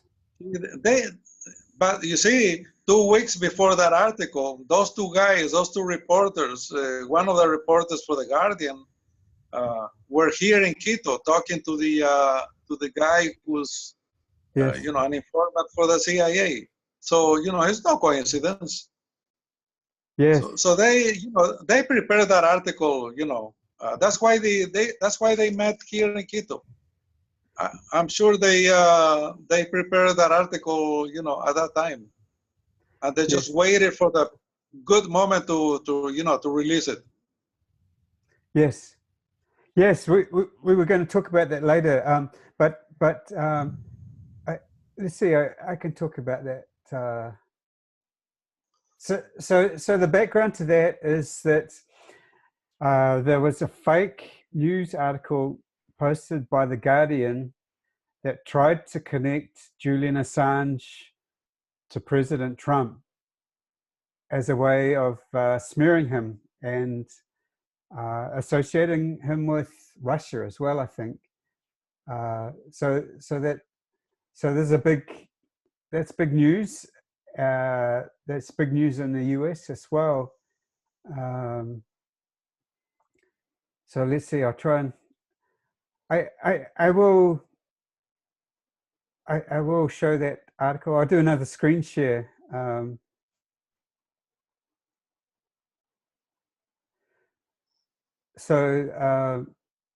Because it does have an Ecuadorian connection as well, Jose. So you can comment on it. So let's see if I can. I've got some tweets, but not really in order. So this is, if you can see this is a tweet from WikiLeaks. Yeah. Right. WikiLeaks launches a legal fund to sue The Guardian for publishing an entirely fabricated story. And the name of the story is Manafort held secret talks with Assange in the Ecuadorian embassy. And Manafort works for Donald Trump. He was, I believe, the campaign manager for Donald Trump. So they're trying to connect Julian Assange with Donald Trump in a Right. less say there is goings on behind the scenes between Julian Assange and Donald Trump, which there haven't been. And this story fell flat on its face, and it spread all over the world today. It's time the Guardian paid a price for fabricating news. So WikiLeaks is suing them for that. So let's see. The story is complete rubbish, and the Washington Times, I believe, examines the passport of this person who was supposed. The Guardian claimed that he met Julian Assange in 2013 and 2015 and 2016. And this guy didn't even visit the UK in 2013 or 2015. So the story is just completely ridiculous. Yeah. This is the original report from the Washington Times. His passports show he wasn't even in the country, so how could he have met Julian Assange? Another one from WikiLeaks, they're going to sue fake news producers like The Guardian, because Julian Assange gets such bad press from the corporate media who, smear him all the time. And that story from, here's another report. This is a news report that they're suing him. That Guardian story is actually, it says it's from Quito. Yes. That story was planned here with that Ecuadorian CIA guy, and you see they have a whole industry, media industry, international media industry to discredit people.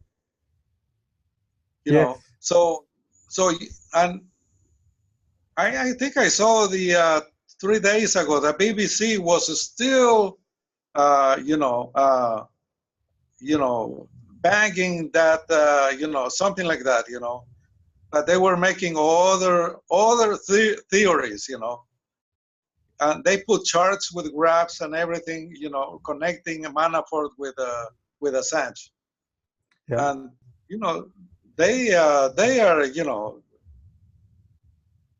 so that's what I said. This is no coincidence that this article appeared, and the whole media industry, international media industry, grabbed it and made it explode, in the world. So what happens to a lot of people who don't read, the articles after that? Because if you realize, for example, the discovery that the Guardian lied, because they lied, they made up that story. That part does not explode in the international media. So very few people see it, you see. Yes. So it doesn't explode. Yeah, it just stays, within the Guardian, and that's it. Because the international media didn't make it explode too. So most of the people know the first fake story, and that type of story stays with them because they don't know that that it was a lie. Because most people depend on mass media. So if the mass media doesn't make a mass international media retraction to a fake news, the fake news stays as truth. Yes. Yeah, so it's a very deliberate ploy that they they do a totally false and ridiculous story, easily disproven, but everybody hears the story and they don't hear that it's disproved. So they smeared Julian Assange, and all that he can do about it is sue them, which is very difficult. Right, exactly. But you see, the suit, for example, did not become a media bomb, international media bomb. Yes. Maybe maybe 1 or 2 papers published it, but it was a small report. So that's what I said. You know, the fake story still remains in a lot of people. Yes. So you know, it's so this they don't you think that that this fake story is preceding something that they planned maybe for Assange? Well, some people were speculating that it happened at about the same time as this news came out that there was a sealed indictment against Julian Assange Exactly. from the Yes. United States. Right. Because for years, Julian's been inside the embassy saying, we know there's a sealed indictment from the United States. They want to send me to prison for a long time, even the death penalty maybe. And the United States wasn't saying anything. Actually, WikiLeaks proved that there was a sealed indictment because WikiLeaks leaked some files from a security firm called Stratfor, which is closely connected to the CIA. And the Stratfor emails showed them talking about the sealed indictment for Julian Assange, speaking of it as a fact. And then what happened a couple of weeks ago was that it was supposed to be an accident that somebody accidentally revealed in court, in a court paper, that there was a sealed indictment. And then at the same time, straight after that, this story came out from The Guardian. So I don't know, they're strange. You have to sort of read the tea leaves, I suppose.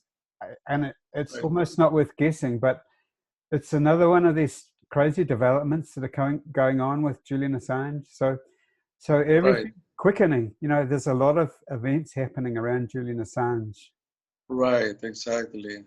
Too many things at the same time. You know, yes. That's why I was suspecting that maybe they have a plan of something. You know, we don't know what it is, but it's obvious that the Mueller investigation is also having an effect, you know, on all these things that around Assange, because as you know, most people don't know that, for example, Mueller has no evidence whatsoever about you know, anything about Assange, against Assange. Yes. Because remind people who Mueller is. Yes, he is the special counselor appointed by Congress to investigate the Russiagate, the supposedly, interference by Russia on the United States elections. But they have not proved anything so far. Yes. Nothing. No.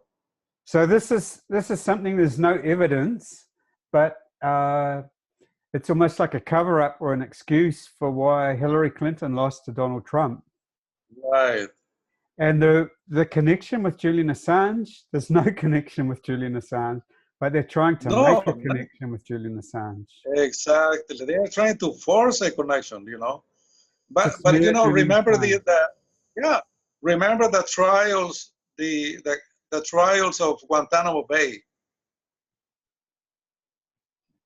They had all these poor people that they sequestered in Asia and Europe, and they were blindfolded, drugged, and taken to Guantanamo Bay, and most of them were returned to their countries, with nothing.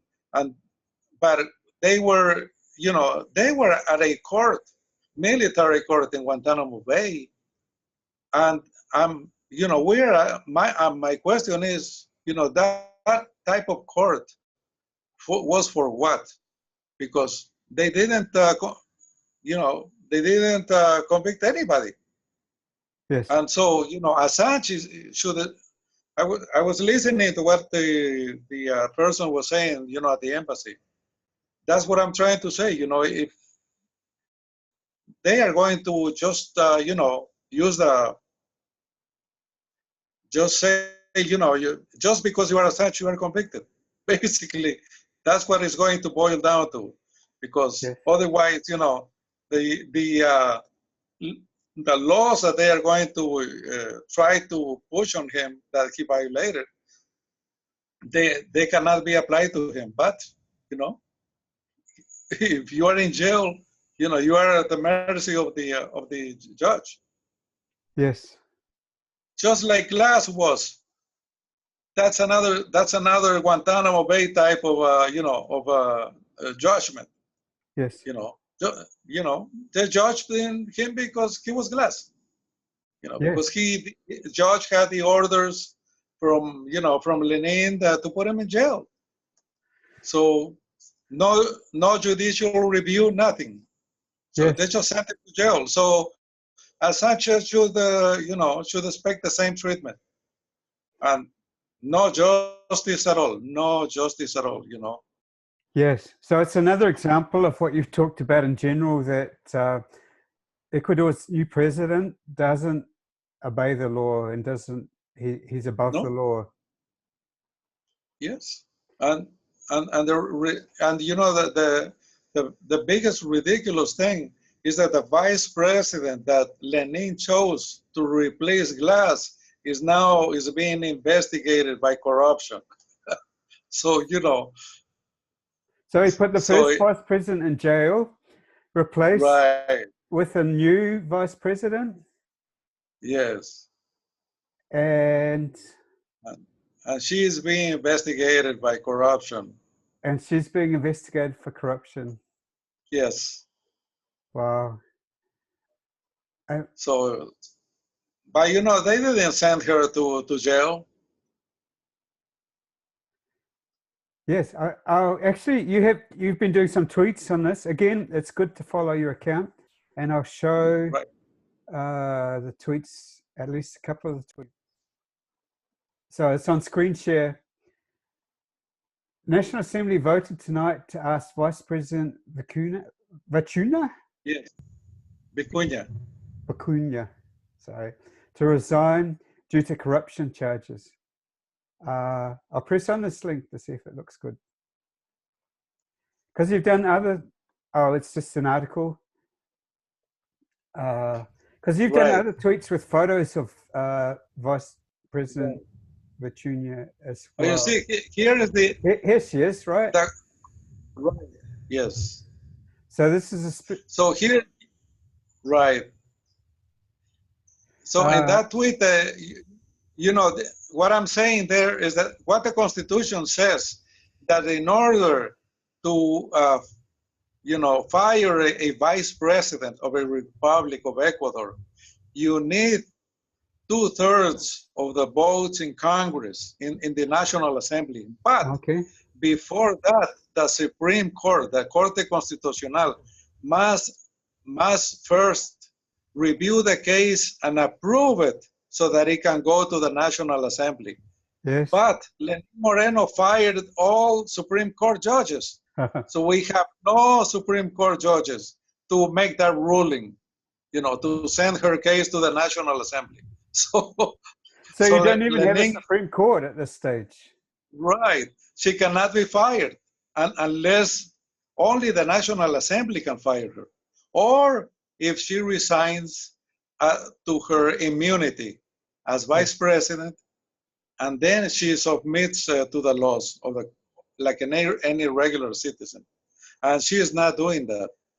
But you see, that's what Glass did. He resigned to his immunity as vice president that he had. Because as vice president, right. So you see, they tricked, Lenin tricked Glass. He told him, no, just submit it because we have justice in Ecuador, and you should trust our judicial system that they will do justice to you. So that's what he did. Glass resigned to his immunity because he was tricked. Oh, that's so sad. Right. So little he know that was just a trick, a trap, you know. That was just a pressure, you know. They pressured him. If you have nothing to, they told him, if you have nothing to hide, yeah, just resign to the immunity, and the law is going to give you the declare you innocent Yes. because you are innocent. But that's not what they had other plans for him. Their plans was to send him to jail so that they would do whatever they wanted. Yes. I mean, Jose, this is really one example, yet another example of a general, the overall picture for Ecuador is that it's in free fall, because under the previous president, Rafael Correa, remember, who was shown in the photo with Right. from Belgium, under Rafael Correa, Ecuador was a very well-functioning country, wasn't it? The courts worked well. Yes. The economy was good. Yes. The whole civil structure worked well. You talked about the vice president, the now vice. Oh, Jail. the one who's in jail actually helped with the hydroelectric. So Ecuador became quite self-sufficient with renewable energy, didn't they? Yes. From, for example, hydroelectric power. Right. So was it like about 8 years that Rafael Correa was president? Yeah. So during that time, Ecuador made a lot of progress and became one of the strongest countries in Latin America as an economy. Yes. And they were completely independent. They kicked out the CIA from a military base there. So it's really heartbreaking that the country was so prosperous and functioning so well, and they also were successful in suing overseas oil company Chevron for massive pollution in Ecuador. And now all of that, just in a matter of what, 18 months or so? Yeah, right. Has fallen away. Yes, all of it. In fact, 2 days ago, there was a newspaper article that Lenin Moreno is about to ask an emergency loan because because he has taken the country to to almost bankruptcy. So here's the thing. He's going to borrow money to pay the interest on borrowed money. Is it with the IMF? Right, exactly. Who else? It's big business for them because they live of interest, And they control the country after they get. Well, they control the world, really. Yes, once the country becomes financially dependent on them, right, they're in big trouble. And just 18 months ago, this would have been inconceivable. Exactly, inconceivable. So it's a terrible situation. So in this WikiBees, I mean, we hear a lot from you in Ecuador, and it relates to Julian Assange because Julian Assange relies on this country that's now in free fall, and the president has described Julian Assange as a stone in his shoe. Yes. The new president wants to get rid of Julian Assange, and the United States would be very happy to grab him. Yes. So this is why it's an emergency for Julian Assange. Oh yes, it is. We don't know how long he's got. He's not secure. He's in an embassy with scaffolding, with a whole lot of things going on. Yeah. So Yeah, a crazy story. Anything else from Ecuador, Jose? No, that'll be all. I gotta go, but it was a pleasure to talk to you guys. And you know, this is a labor of love that we are all doing because we do it, you know, because of our you know, we care about the humanity and we care about Assange and you know and Glass and all the injustices, you know. And, I would like to invite everybody to do their, you know, whatever they can to help Assange and Yes, you know. yes. And to everyone watching, if you're on Twitter, Jose is a wonderful person to follow on Twitter. And there are also photos of you doing, holding up a banner, protesting what's going on in Ecuador. And also the banner has a Free Julian Assange banner on it, hasn't it? So, Yes. so thanks so much, Jose, for what you're doing in very difficult circumstances. Yes. You can't even show your face because it's too dangerous. No. Yeah, it's too dangerous, yeah. So, you know, well, I bid you all well and take care. And let's keep fighting. Please Yes. don't give up. Don't give up, people. All people who are hearing me, please don't give up. In fact, if you have friends, if you have anywhere you go, please, you know, include more people to join the protest. That is very important. Thanks so much, Jose. Okay, take care. Take care. Okay, take care. Bye. Bye.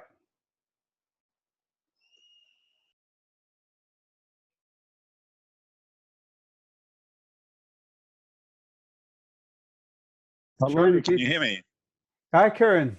Welcome back. Yeah, we lost our backup battery, then we found it, then we lost the phone, but we found it, and we're back. Cool. Your lighting's not quite as good as it was before. No, we're collecting candles now. We're going pre-industrial. I'll go, while the candles are being assembled, I'll go under a street lamp and see if that helps. Cool. And so these three buildings are owned by the royal family of Qatar, or Qatar, as they say in America. And this one I'm in front of was a Crown Court. And my boss in Ireland at a homeless shelter, my CV is basically worked with the homeless, became homeless. But he was sentenced from this court in the 1970s as an anarchist squatter for resisting the police. And now it's elite apartments. So we can't see Julian much, Kieran. We can only see one bright light. You see me now? No. Okay, Joe's getting the candles, so it's just going to be my voice for a while, I think. Yeah, cool. Okay. Yep, she's lighting the candles. So we have a shrine here, as I mentioned before, also to the two journalists who were killed in the collateral murder. Footage Namir Noor Eldin and Sahid Shamar, and they were working for Reuters, and we really should know their names, you know, because journalists, they should protect their own, you know. And that's the most famous story. I'm just giving basic background. That's the most famous story from WikiLeaks. Their most famous release is in 2010 they released it, I think. So, you know, it's very similar to the Balibo Five, Greg Shackleton and the other four whose names I should know. I've met all their families. I'm pretty useless at names. I'm very good under police interrogation because I can't give anyone up. But, you know, that Greg Shackleton wasn't honoured by Australian journalists. He was from Queensland, like Julian and myself. Yes. And when we invited his widow, Shirley Shackleton, on the 20th anniversary of his killing to Brisbane, that was the first time she was ever invited to Queensland since the killing of her husband. So that shows you how, you know, how marginalised his memory was, you know. And the movie Balibo The same people who did the film Underground on Julian. Tony LaPaglia used to be a great goalkeeper until he was 25, then went to America and became an actor. He's in both films, and they're both worth seeing. I lent Julian my copy, and I still haven't got it back. But I'm sure he's pretty busy. Yes. But it's a great one to keep and circulate amongst friends and things, you know. I wasn't really familiar with it when you mentioned it, Kieran. Could you give a little bit more background on it? About the Underground movie or the Balibo movie? Balibo. Balibo. Okay, so what happened was basically the Portuguese Empire. Portugal had a dictator like Franco, and he was trying to hang on to his colonies in Africa and Angola. The footballer Ronaldo, his father was a conscript in the Angolan War. Oh. And this was in the 1960s, 70s, you know, and the American army was being radicalized by the Black Panthers and others. And the same with the Portuguese military. And those conscripts returned and had a fairly non-violent revolution called the Carnation Revolution in Portugal. Yes. So one thing they did was they rapidly pulled out of all their colonies, including Timor-Leste or East Timor. East Timor was Catholic. East Timor is the most Catholic country in the world. It's 97% Catholic. West Timor is Protestant for some reason, and the rest of Indonesia is predominantly Muslim. And the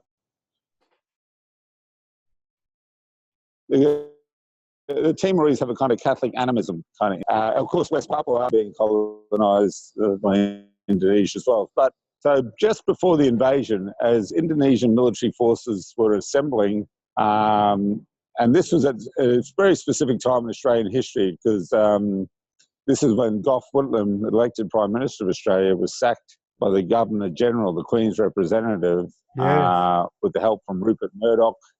Marshall Green, who was the ambassador, Marshall Green was previously in Santiago for the Chilean coup, was in Vietnam. And this is what bestowed Christopher Boyce, The Snowman, the Falcon. That's another movie. It's the David Bowie soundtrack. All these movies were great films, but you never see them. They're suppressed. I went into every DVD store when I was back home in Australia, could not find Underground. And the same with, the only time I ever saw The Snowman and the Falcon was when I was in custody in Darwin. They had it on internal video in the jail. And so it's worth looking for. This Is Not America is the David Bowie soundtrack. And it's Sean Penn. And it's the guy who played James Bond, Tim Dalton. So Yes. these are big actors. And it's amazing what stories get suppressed and what gets celebrated, you know, in this culture. And, you know, like a film like The Crying Game that was nominated for an Oscar, a film by Warren Beatty called Reds, which was nominated for a series of Oscars. It's pretty impossible to find that available in any DVD store. So under Balibo, in October of 75, they went down to the border of East Timor, West Timor, to a small town called Balibo, and they filmed the Indonesian Navy amassing for the invasion. And they were murdered, and the guy who led that raiding party illegally into East Timor later became a minister in the Indonesian government. And what you had was this, you had Gerald Ford, I think, and Henry Kissinger in Jakarta, I'd say 3 days before they sanctioned the invasion of East Timor. So the Indonesian military, fascist, killed a third of the population. And Australian Catholics have to ask, why is the genocide of Catholics in the neighbouring country to Australia not a big issue in the 70s and 80s? Is it because they're not white?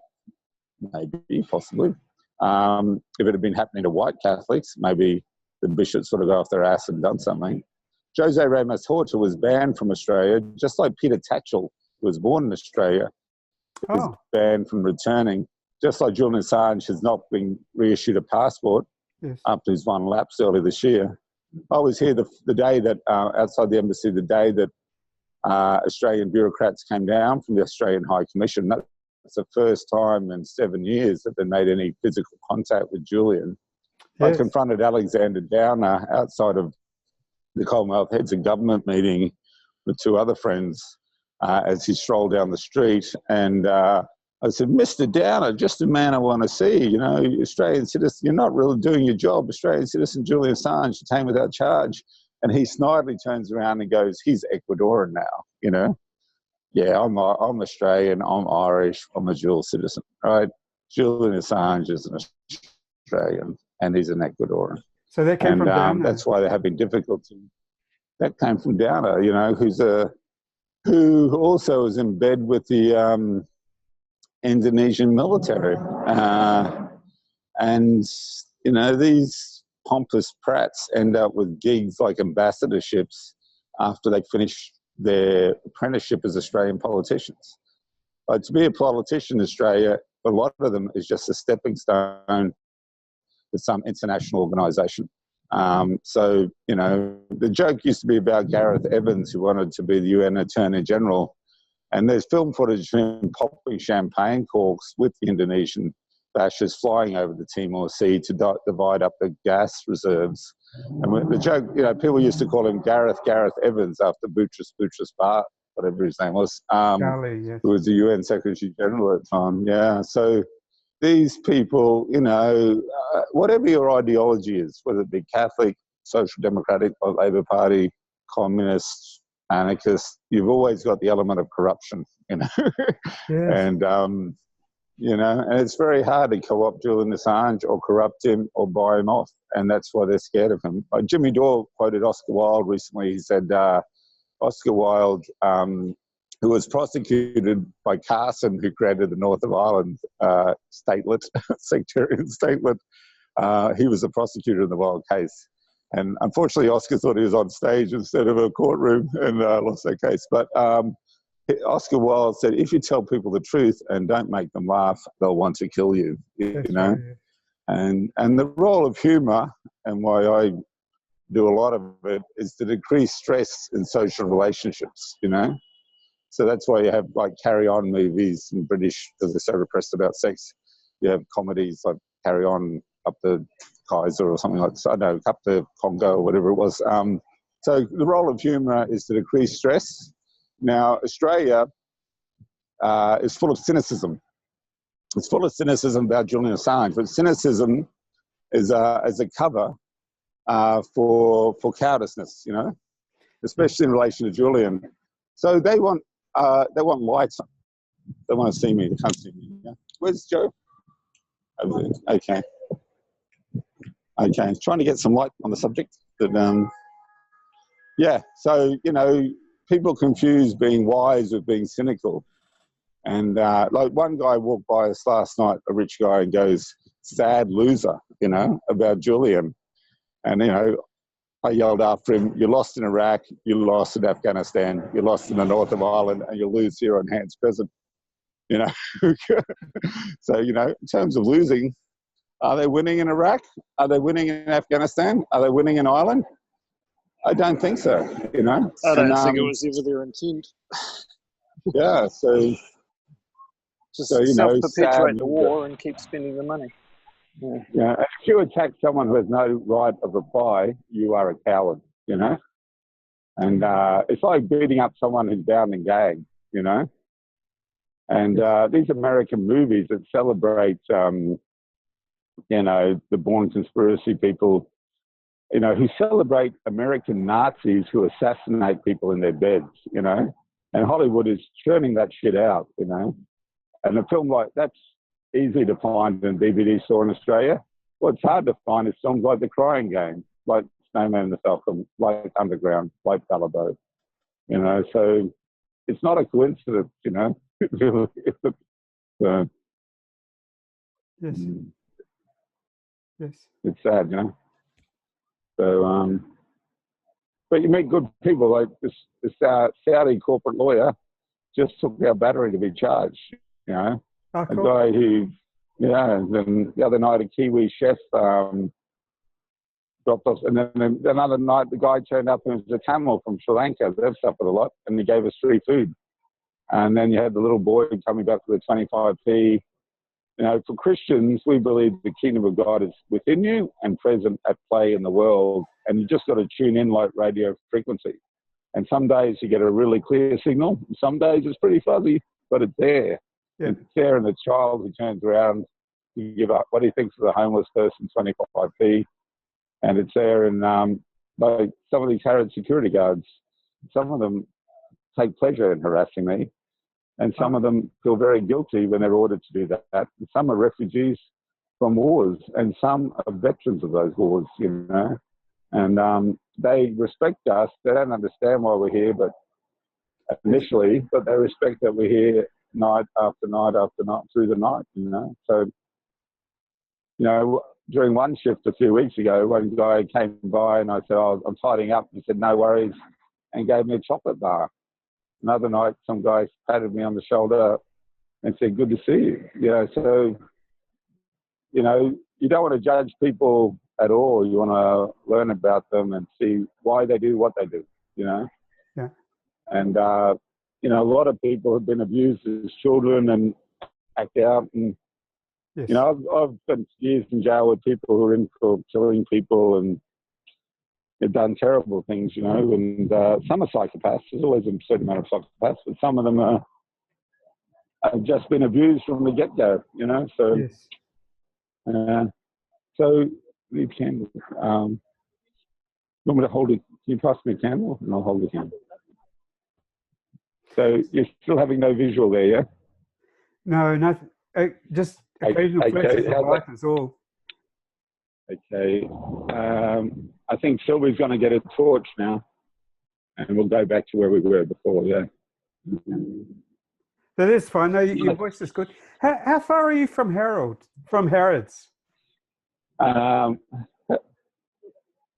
Okay. We got a whole lot. Sit down. Okay. I'm now away from my whiskey and beer. I just wanted to stop in and say hi and bye. I'm just off work, but doing great stuff with WikiBees. Yes. And I'll catch you all at the other stream. I'll keep watching and here for technical bits, but it'll get a bit noisy here shortly. So awesome to see you, Sharon, and Bruce. Carry on. Catch you. Yeah, cool. Thanks very much, Joe. Right. Cheers, guys. Cheers. Yeah. Where I'm sitting now is 30 meters from Harrods, and I'm sitting in front of the Ecuadorian embassy. Okay. Yeah, so the Knightsbridge tube exit puts you right in front of Harrods, and then it's a 30-meter walk to where Julian Assange has been incarcerated for 6 years. Oh. And when you consider, you know, as I said before, 1.5 million people marched against the war that he's in trouble for exposing, not many people have made that walk, you know? Yes. So okay, we're juggling a can of Guinness, a phone, and a candle here. Right, we've done it. Okay. It's all good in the hood. Yeah. And we've got some light. Can you see me now? Yeah, now I can see you. It's a very, bit... Can I'm just curious, so I can't help it. That there was a photo of the Harrods chefs at the embassy. And yeah. people can't figure out if it's a Photoshop or if it's true. Okay, I'll ask Syl because she was there in that photo. The chefs. Is it Photoshop or the truth? Do I have to say that? Yeah, you have to. Come on, let me try. You can't go. So, good evening. Yes. So, what happened with Harrods? What was it? The chefs, right? They're exporting Christmas. Exactly. So when say that. exploding Christmas. All right. So obviously, Christmas happened. Christmas opened in Harrods. Yes. There was. I want to see you. All right.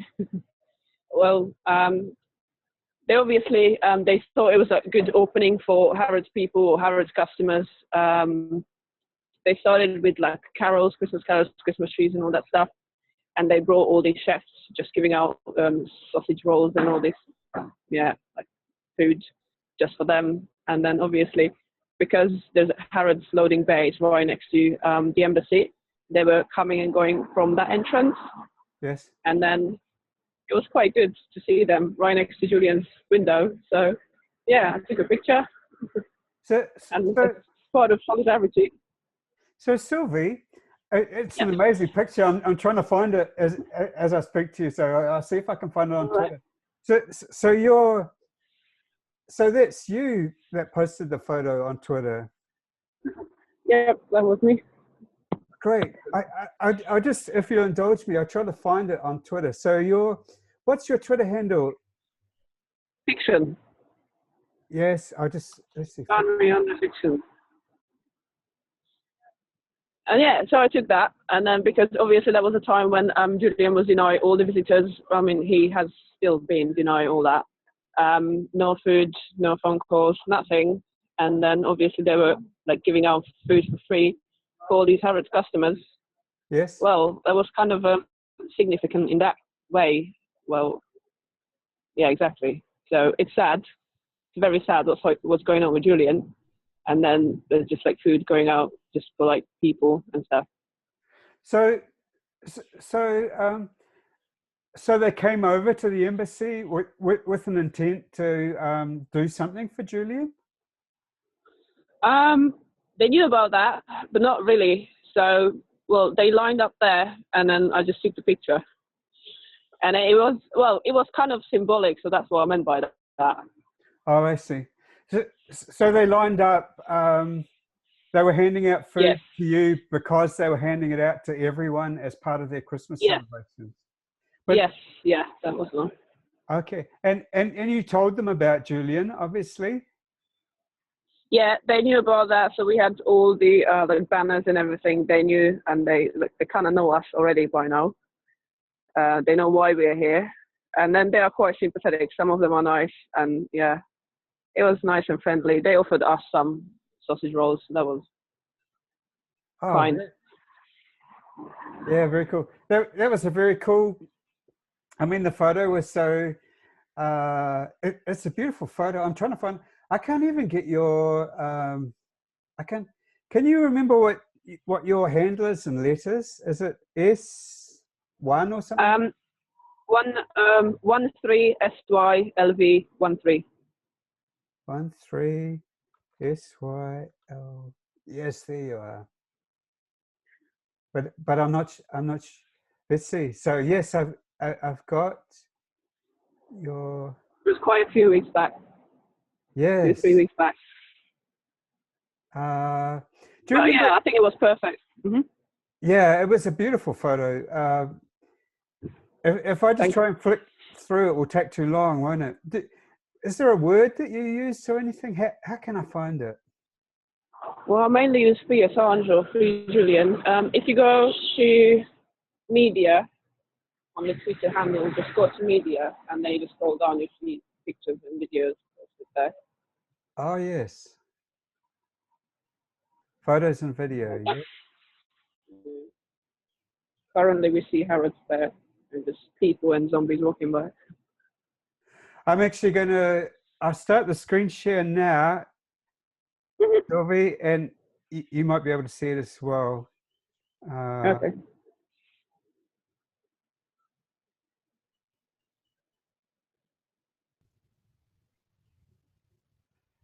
So this is all of your media tweets. November 27. It's still a way back. Your Twitter feed is very interesting as well. So I would also recommend anyone to join up. There's a security camera being taken down. This is I haven't. This is excellent. This is showing some of the candles. Is it? Honeybee who does the candles mainly, or a lot of you do them? Is that Karen there? I'm just looking at I'm not sure if you can see the same video. There's Karen reading something, but I'm trying to get back to let's see, we're November the 17th. So this is only media photos. There it is.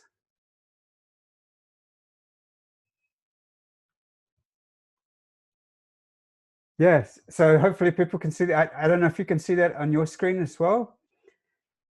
Yeah, I should have just searched for Harrod and chefs. Yeah, Harrod chefs came to Ecuadorian embassy to free Julian Assange. So this was a photo that people were wondering if it was real or if it was a Photoshop, because it almost looks surreal with the lights in the background and the big lineup. And who is that in the photo? So you took the photo, Sylvie?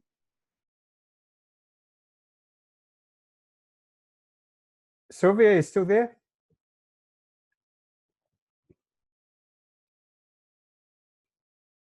So I'm not sure if we're getting sound, but I'll go to the photo. It looks like we've lost her, Bruce. Oh, okay. Oh, too bad. So there's the photo. Isn't it amazing? That is such a cool picture. Yes. I feel bad now thinking it might have been a Photoshop because it's just so incredible. I mean, with yeah. It's taken at night, but with the lights in the background, and then I'd like to know who the lady is. If Sylvie took the photo, I mean, who the lady is. Yeah. So it's about a couple of blocks, is it, away from the front doors of the embassy? Oh yes, we should find out exactly where it's taken, because I was wondering if it was taken at the embassy itself. Well, the Harrods is right behind it. Oh, is that where the lights are coming from? Yeah. Oh, okay. Yeah, that's Harrods. Okay.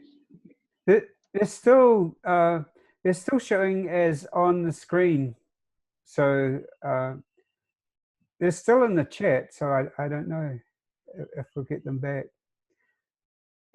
Anyway, while we're here and while they're trying to get back, I'll do another screen share of. This is Emmy Butlin, who was on the last WikiBees. Very nice conversation, and who's been a vigilist since Julian was in the embassy, and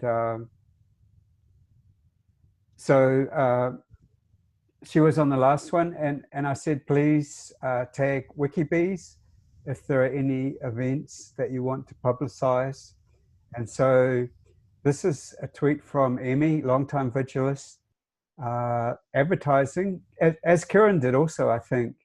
Please join our solidarity vigil in support of WikiLeaks Julian Assange outside the Ecuadorian embassy in London, Tuesday, Wednesday, and Thursday, 3 to 5 p.m.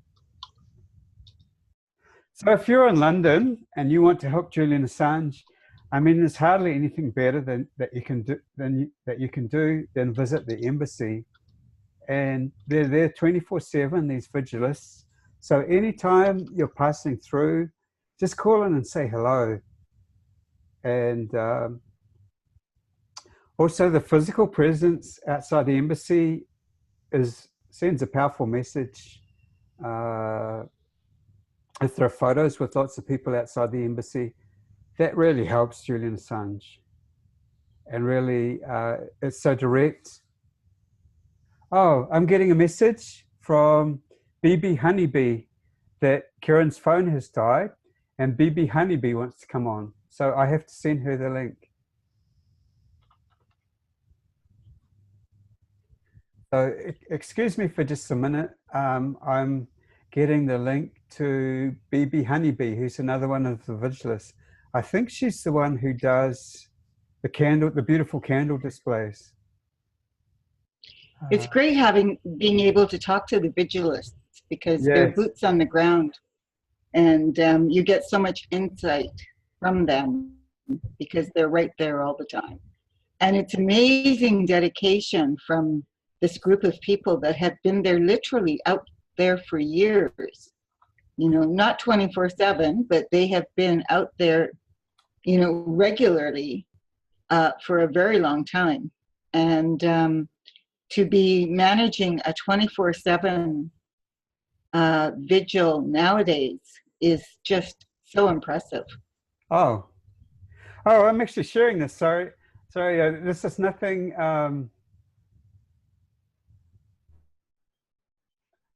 Apologies if that was a breach of confidence, BB Honeybee. I didn't realize that I was sharing the Zoom, but there was me going into. I also shared a little bit of the mods channel, so sorry for the breach of. It's a very open. What I was showing there was the Discord, which we all use to help us in our work. So Unity for J works from the Discord platform, which is a gamers platform, but it's very useful for doing work for Unity for J. This is where we organize the Wikibees and all of the live streams, etc. I'll actually go back to a public area. Since I'm talking about it, I'll screen share it and show you.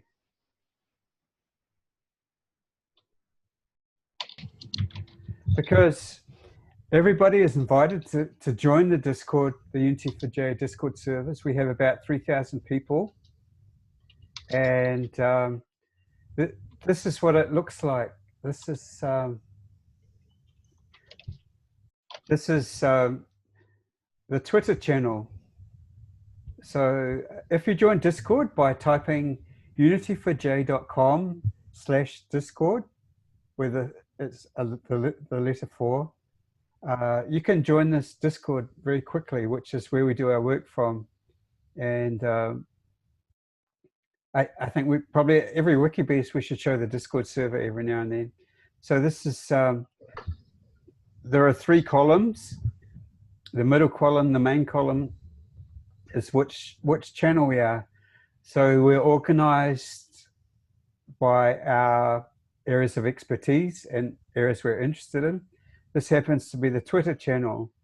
And on the left are all the different channels. So Twitter is just one of a whole lot of channels for social media.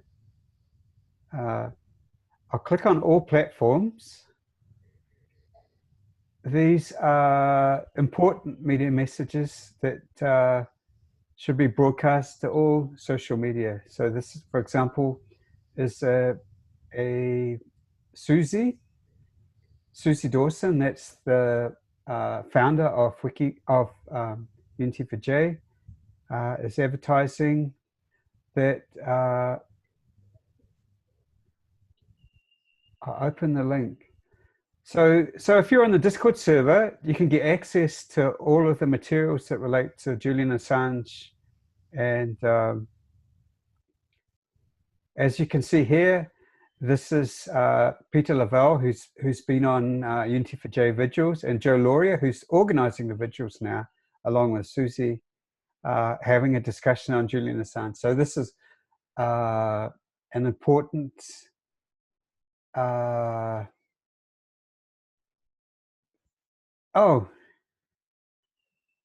that's an important sorry,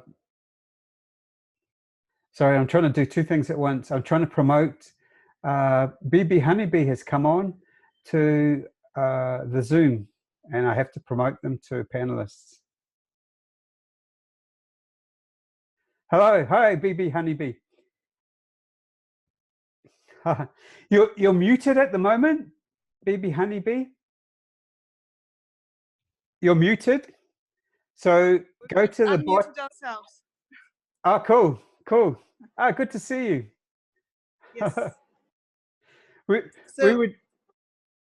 we were just talking about the candle displays, and aren't you the one who does the candle displays? That's right. Yeah, they're so beautiful.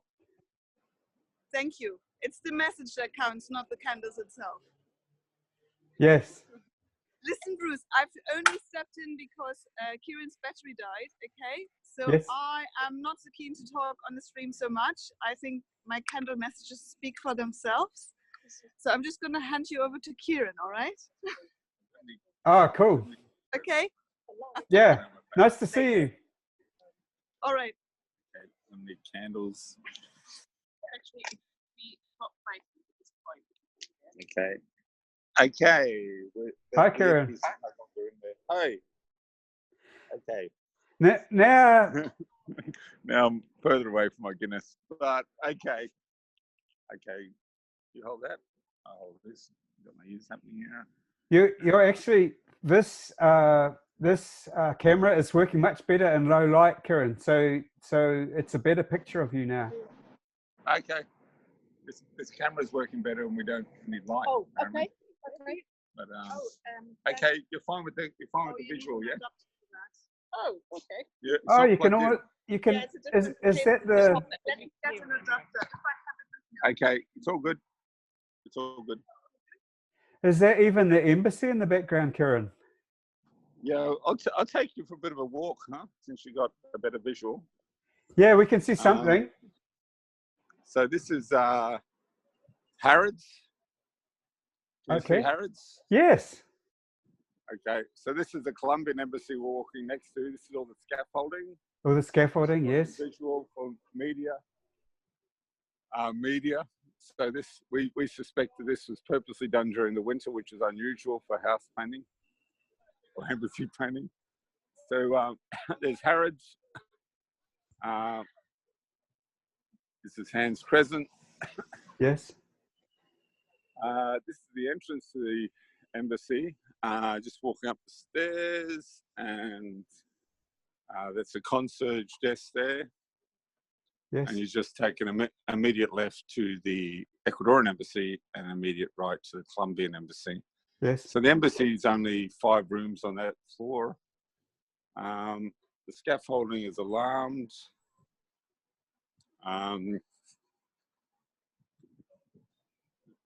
This is Sabine's light candles. Beautiful. This is the alley that the Harrods head of security told us was their private property. And in good Reclaim the Streets tradition, we challenged that. And we prayed in this alley. We played football in this alley. We performed music under Julian's window. Number 3, Hans Crescent. These cameras were installed last week. We suspect not enemy in. And this new one, they're watching us as we watch them. This was installed last week. The escalation of Harrod's harassment of me kind of heightened this week. These are 2 huge doors here. So at about 5 in the morning, trucks start to line up outside on Hans Crescent.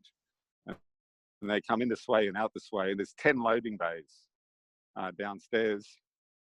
So this used to be a police station, a watch house here. And for 3 years up here, they had a cop stationed there for 3 years. And this door is where John Cusack and I walked through, and Ben Griffin, and there were 4 cops beyond that door. So international territory is only the subsections of the building. So there were cops in the building as well as outside. And this is where Julian's room was for many years. So I was in there with Jello Biafra from the Dead Kennedys, brought him in there. And that they'd made a big incident last week about this candle here. And they waited till I went to the bathroom, and there was a pincer movement of both Harrods security and the solitary, possibly, or body security within the embassy came out to harass a young man who stayed the night at the vigil. So when I came back, I've always hated bullying at school. 2 things I hated about school was peer group pressure and bullying. So I kind of unleashed a very Old Testament prophetic diatribe on what they were doing with Julian and what the British have been doing in Iraq and Afghanistan. And so the other harassment comes from armed police.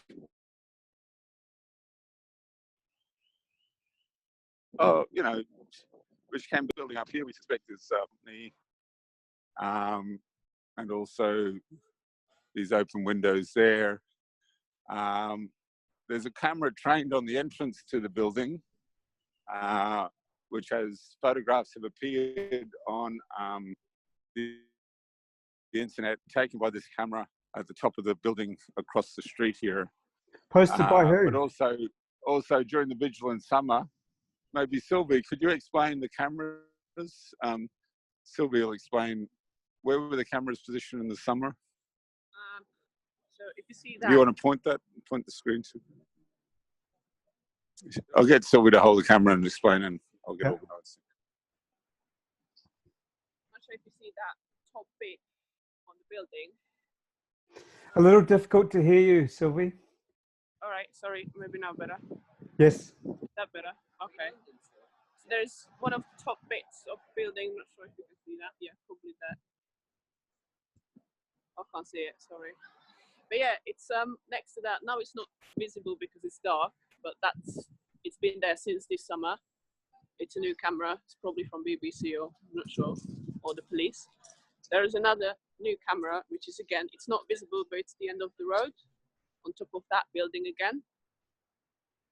These are new ones, so we are being very heavily surveilled. And obviously, if anyone read the newest article from The Guardian that Manafort visited Julian Assange, it's full of lies and full of, obviously it's a smear campaign, because if there are cameras everywhere, come on, like, why couldn't they get an evidence of him being here? So it just proves that how much Guardian lies. Yes, he wasn't even in Britain. Trust Luke Harding and all these people because it's obvious what their agenda is. Yes. He wasn't even in Britain, this guy Manafort. His passport, Manafort's passport shows that he wasn't even in Britain in 2013 and 2015. It's a ridiculous story. It's a ridiculous one. I don't know how they managed to like publish this or who actually, well, we knew that. It's just disgusting. Like, yeah, okay, let's publish it. Seriously, without any facts, just like sources. Another thing what is very weird to me, whenever WikiLeaks publishes a new story, everyone is obviously after the source. Who was the whistleblower? Who's the source? When The Guardian publishes a smear campaign like this, no one really asks who's the source or where did you get your facts from? Yes. That's kind of, weirdness about that. Yes. Yeah, so these are the cameras. There are other cameras, obviously, which maybe we are not really aware of, but they are here. Some of the windows are always dark. Some of the windows are always open. That's a bit suspicious again. Who is behind? We don't know. Police, I don't know. About that previous picture you were looking at. Yes. When they were changing the cameras. That's kind of a funny thing again because apparently it was broken the day before, but how do we know it was broken? I don't know. It's just speculation. So we don't know that. Yes. That's my point. Should I hand you over to Kieran? Yes. So can we try and match this photo? I'll screenshot it again. Can you do a live? Show the building, because I think I saw the same building. So this again is the photo of the chefs, and the building in the background is. So that's one of those windows is Julian's window. Really? Yeah. That's the alleyway. Oh. So that's not Harrods, Phoebe? I thought that was Harrods in the background. No, it's not. It's not. No. Okay.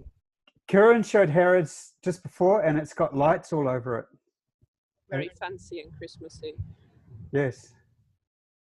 So this is actually Three Hands Crescent. This is where Julian is. Yeah. So the chefs are right there. Okay. So it is an amazing picture. Incredible. And who is the lady in the picture? She was appointed which way to go, where to stop, walk, stand. Oh, okay. Not sure. So she was just a passerby, but you took the photo yourself.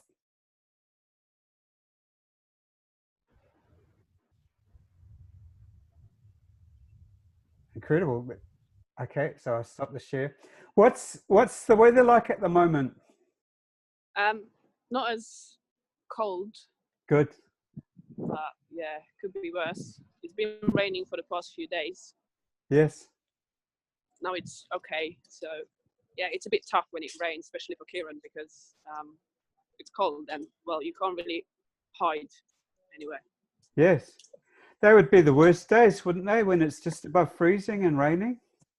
Yeah, so that's difficult when it rains, yeah. Oh, yeah. It rains on the just and the How do you unjust, manage, Karen? Do you have a tent or anything?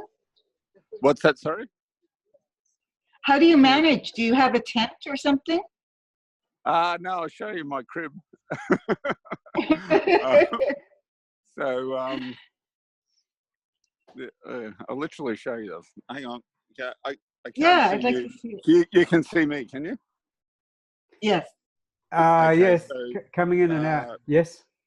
So basically, I'm a dumpster diver by trade. I'm a Catholic worker. So most of the stuff I'm using has come from the wealthy, who throw out lots of interesting stuff. And I've got enough cologne to drown in. But we found this big cardboard thing here for a big television. And we found heavy plastic. So that's it. And then that's the sleeping bag. You see that? Okay. And that's the Guinness. And so, yeah, sometimes Well, it it works, looks like it'll keep you warm, and I mean, it looks like it'll keep you dry. Well, and protect it. Because in Australia, I'm from a subtropical paradise, and sacrifice had to be here. And when you get wet in Australia, close up a tree, and then it's dry in about 3 hours. But you get wet for a very short time in England. You stay wet for a long time. And but I'm getting resupplied by Joe, and with dry clothing, and then I met some local people, so we're going to move a lot of that stuff. It's like a pacifist military operation. We've got a short supply line, so we met a Saudi corporate lawyer. We met a guy who did 6 years. They're all within 200 meters of the site, and they'll be looking after my dry clothes and filling up water bottles. And the Saudi corporate lawyer just brought me a thermos of hot tea and some instant porridge and some other stuff, and recharged my battery. So cool. People, there are good that's people excellent. everywhere. You know, I mean, it's That's interesting excellent. that more non-violent resistance came out of the US military in the first Gulf War, and probably the recent one, than came out of the US peace movement. So the last place you'd expect anti-war resistance to come from would be within the military, and that's where it came from. And of course, the most extreme example of that was Chelsea Manning. And all Chelsea Manning had to do in Baghdad is to look the other way. And that's all we're asked to do now. I grew up during the Vietnam War. They wanted your firstborn son to go and kill and die in Vietnam. Now all they want you to do is look the other way. And that's what Chelsea Manning refused to do, you know? Yes. Because Chelsea Manning grew up in an authentic Welsh-Irish working-class family. And her grandmother said, you know, if you can't say the truth, don't speak at all. And we've seen your ear, basically, Kieran. Okay, sorry. Yep. It's a very attractive ear. But so, you know, we did many celebrations. We brought Chelsea's mum and 2 aunts and an uncle to Dublin. And Jerry Conlon came down. Now, Jerry Conlon did 16 years in prison for something he didn't do. If you see the film In the Name of the Father, he's played by Daniel Day-Lewis. Gareth Pearce, who's Julian's lawyer now, is played by Emma Thompson.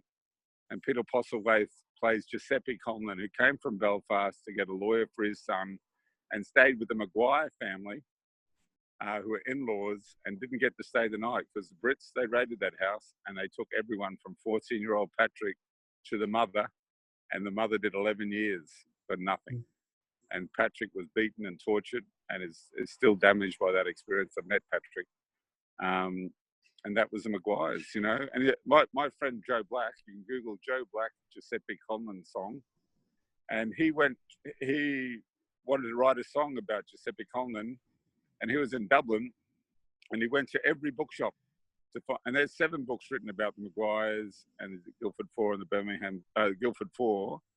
And he couldn't find one book in one bookshop. And Dublin is chock-a-block full of 1916 redemptive violence stories. It's chock-a-block full of the Troubles, but not one story about this case. And he went to the Central Library and said, have you got a copy of this book? And the woman looked for it on the computer and said, we have one copy. And he said, where is it? And he said, Mountjoy Prison Library. So that was very cool. Incredible. So that shows you what stories get heightened. The stories of redemptive you can go violence, back a little bit from stories, and what stories like Ballabo by Julian Assange with the scaffolding here, like Giuseppe and Jerry Conlon and Anne Maguire and Patrick Maguire and all those people Gareth Peirce represents get suppressed, you know, and it's, you know, culturally makes us infantile, you know, because they just want zombies. They want to think tricky. And that, you know, we speak in Hyde Park every Sunday for Julian. Yes. And it's tragic that free speech is a tourist attraction in London. It's been reduced to a tourist attraction, like some anachronism, like Amish weaving or something like that. And, you know, that should be happening on every campus, in every neighborhood, in every churchyard, soapbox speaking. And this whole culture of, no platforming people. You've got a young generation that wants censorship, that is, you know, puritanical around sexuality, that is so cultish and judgmental. They want to tell you what you have to look like. So, you know, I have dreadlocks because I'm an Irish Republican back family. I'm born in Brisbane. We're planters there, and we're oppressing Aboriginal people just by being there. So my dreadlocks is a symbol of self-exile from that privilege. And I'm told by some kid who's never been strip searched, who's never been raided at 3 in the morning, who's never had a gun put to their head, that I'm somehow, you know, politically incorrect, you know. And really, I don't need to hear from that kid, because I know Sam Watson from the Black Panthers. He did Welcome to Country at my father's funeral. You know, I'll listen to Aboriginal people, but I'll not listen to some kid on, you know, really wanking on their, you know, before they go home to mummy and daddy and go back to professional life, to tell me about Aboriginal people. I've been in jail with Aboriginal people, and now I'm homeless. Now look, you know, the most intimate place you can be up to this point with the poor has been prison. You lose all your status in prison. And now I've discovered even a deeper level, and that is being on the streets with them. So I walk up to McDonald's, right? And, you know, politically correct and incorrect place to go. I pass homeless people and I take orders. I said, you want a coffee? You know, very funny, the other day, there's a guy sitting outside McDonald's. I said, can I get your coffee? He said, well, they've actually got a thing called millionaire latte in there. And I'm like, isn't that a bit ironic? But anyway, so I go in there, and the morning staff there are so tolerant to the homeless. They let them in and use the bathroom. They don't buy anything. And these are basically Afro-Caribbean Christians and Muslims who know about hospitality, because that's basic to Judaism, it's basic to Islam, it's basic to Christianity, that you're hospitable to the stranger, you know? Now, all those traditions have been co-opted by states and weaponized. You know, Buddhism has been co-opted in Thailand by the royal family. Everything can be co-opted. And they're the three temptations Jesus confronted in the desert: power, wealth, status. And that's co-opted to the IRA. The IRA are now being paid by the British government to run the north of Ireland. You know, that's ridiculous. And these are people who went to jail. These are people who were beaten and tortured. These are people who risked their lives and took lives, you know. So anything can be co-opted, you know. And the Brits, they, you know, as one IRA guy said on the hunger strike, remember they invented cricket. They're into the long game. And this has been a long game, this embassy, 6 years, you know, of torturing this man, not only physically and depriving him of sunlight, but mentally as well. And you got to be very careful how they're going to use the Mental Health Act against Julian Assange, because the Mental Health Act can get you extracted from anywhere, you know. So, you know, the Home Secretary a few months ago, he expressed concern about the mental health of Julian Assange. Now, you know, you've got to be careful, because all this is to prepare for an extraction, an armed extraction. They're going to go in here with weapons, you know. I remember the first day at Occupy, and Julian was there. And I got up and we had the thing called Sermon on the Steps, because it's St. Paul's Cathedral. Yes. And my favourite slogan of Occupy in London was, "This is the winter of our discount tents," it's Shakespearean. And yes. We've been using a pop-up tent here in the alley before we moved on to the more Norwegian architecture of the lean-to. But we're the pop-up tent is a symbol of refugees, you know, after they destroyed Libya, the most literate country in Africa that was not in debt, you know, and Stop the War supported that, you know, in England. And they flew bombing missions from England with no protest. And so it's, you know, there's a huge refugee solidarity movement in Australia, and there should be, but they should make the link to war. Because the Catholic worker, in its most radical sense, is, you know, you pull people out of the river, you feed them and you shelter them, but you go upriver and you find out who's throwing them in that river and you confront them non-violently. Now, recently, the editor of the New York Catholic Worker, I wrote an article about solidarity. She censored any, Joe Kennedy censored any mention of Assange and Manning. She took every reference in my article of Assange and Manning out. Wow. So even the Catholic Worker, the Catholic Anarchist Pacifist paper founded by Dorothy Day, but when the Pope spoke in Congress, he referenced 4 Americans. 3 of them were pacifists. Abraham Lincoln was not. Thomas Merton, the monk, was. Martin Luther King was. And Dorothy Day, you know. And now to have an editor of her paper that she founded in 1933 censor Julian Assange. And when she was confronted on that, she said, Julian isn't very popular. Now, how popular was Jesus Christ on Good Friday? You know, he had 3 women at the foot of the cross, no men. They all did a runner, and one even sold him out. Right, the spy cop, Judas. Now, you know, how popular was Dorothy Day's position on the Spanish Civil War with her leftist mates in New York when she took a pacifist position? How popular was her position on World War II? That split the movement, split the Catholic worker. Half of them went off, the young men, to fight fascism, and the United States went on to create fascism throughout South America, throughout Southeast Asia, throughout the Middle East. They toppled every democratic government that existed and created royal families like the Shah and General Pinochet and President Marcos, who killed the best and the brightest intellectuals and trade unionists. And now, as these people flee these societies destroyed by these American fascists to the Texas border that used to be Mexico, they are confronted by the American military, who destroyed their countries.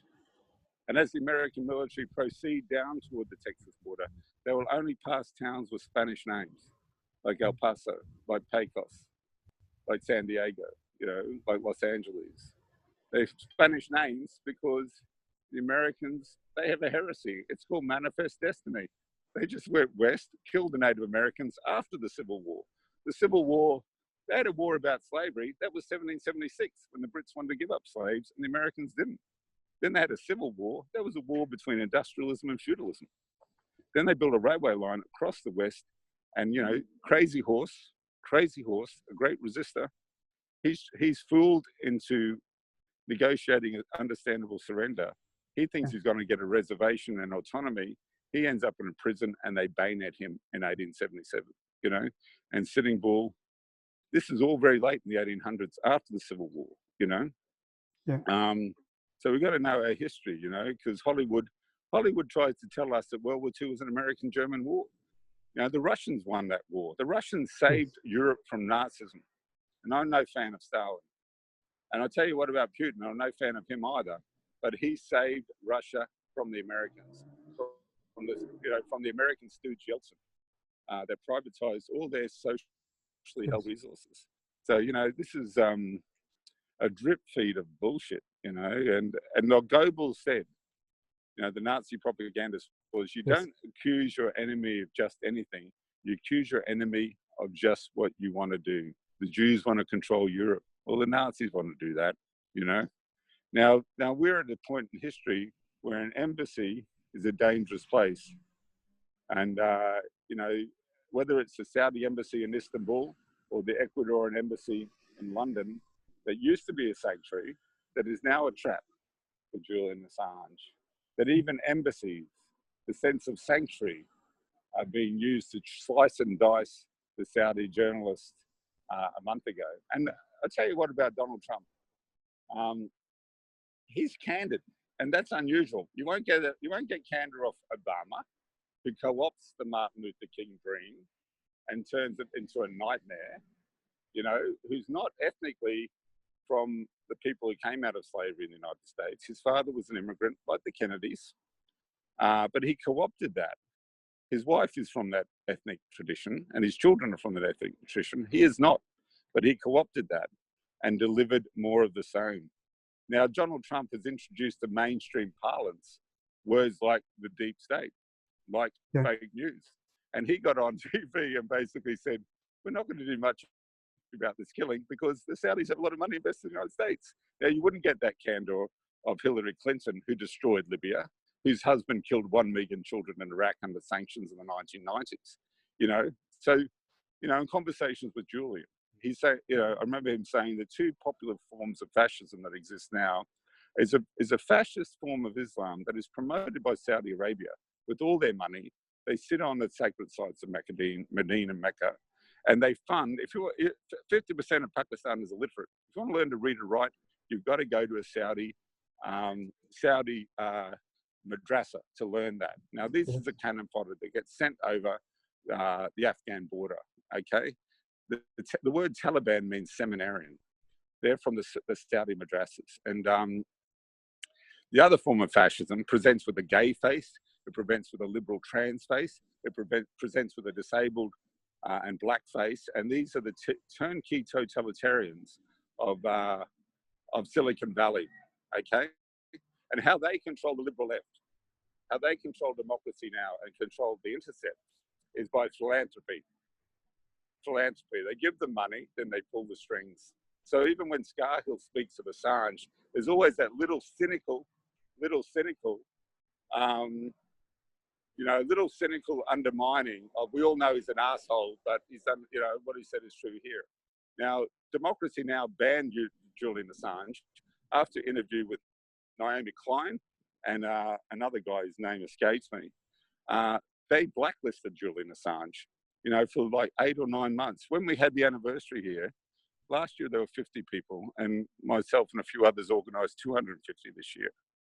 And there was no coverage of the 6th anniversary by Democracy Now!, you know, because they had strings to be pulled, you know, and they have a constituency that plays into the hands of Silicon Valley people that can turn a key and give us totalitarianism, you know. And when someone like Serena Williams can, you know, she's getting old, she just had a baby, she's losing a tennis match, so she creates a controversy during that game. Like, I'm an old soccer player, I was playing soccer last year at 57. Now, if you want to upset the rhythm of the opponent, you fake an injury. So Serena starts this dispute with the umpire. Then she has a press conference with Nike across her breasts, okay? Now, Nike, they have slaves in the Philippines. They're child slaves.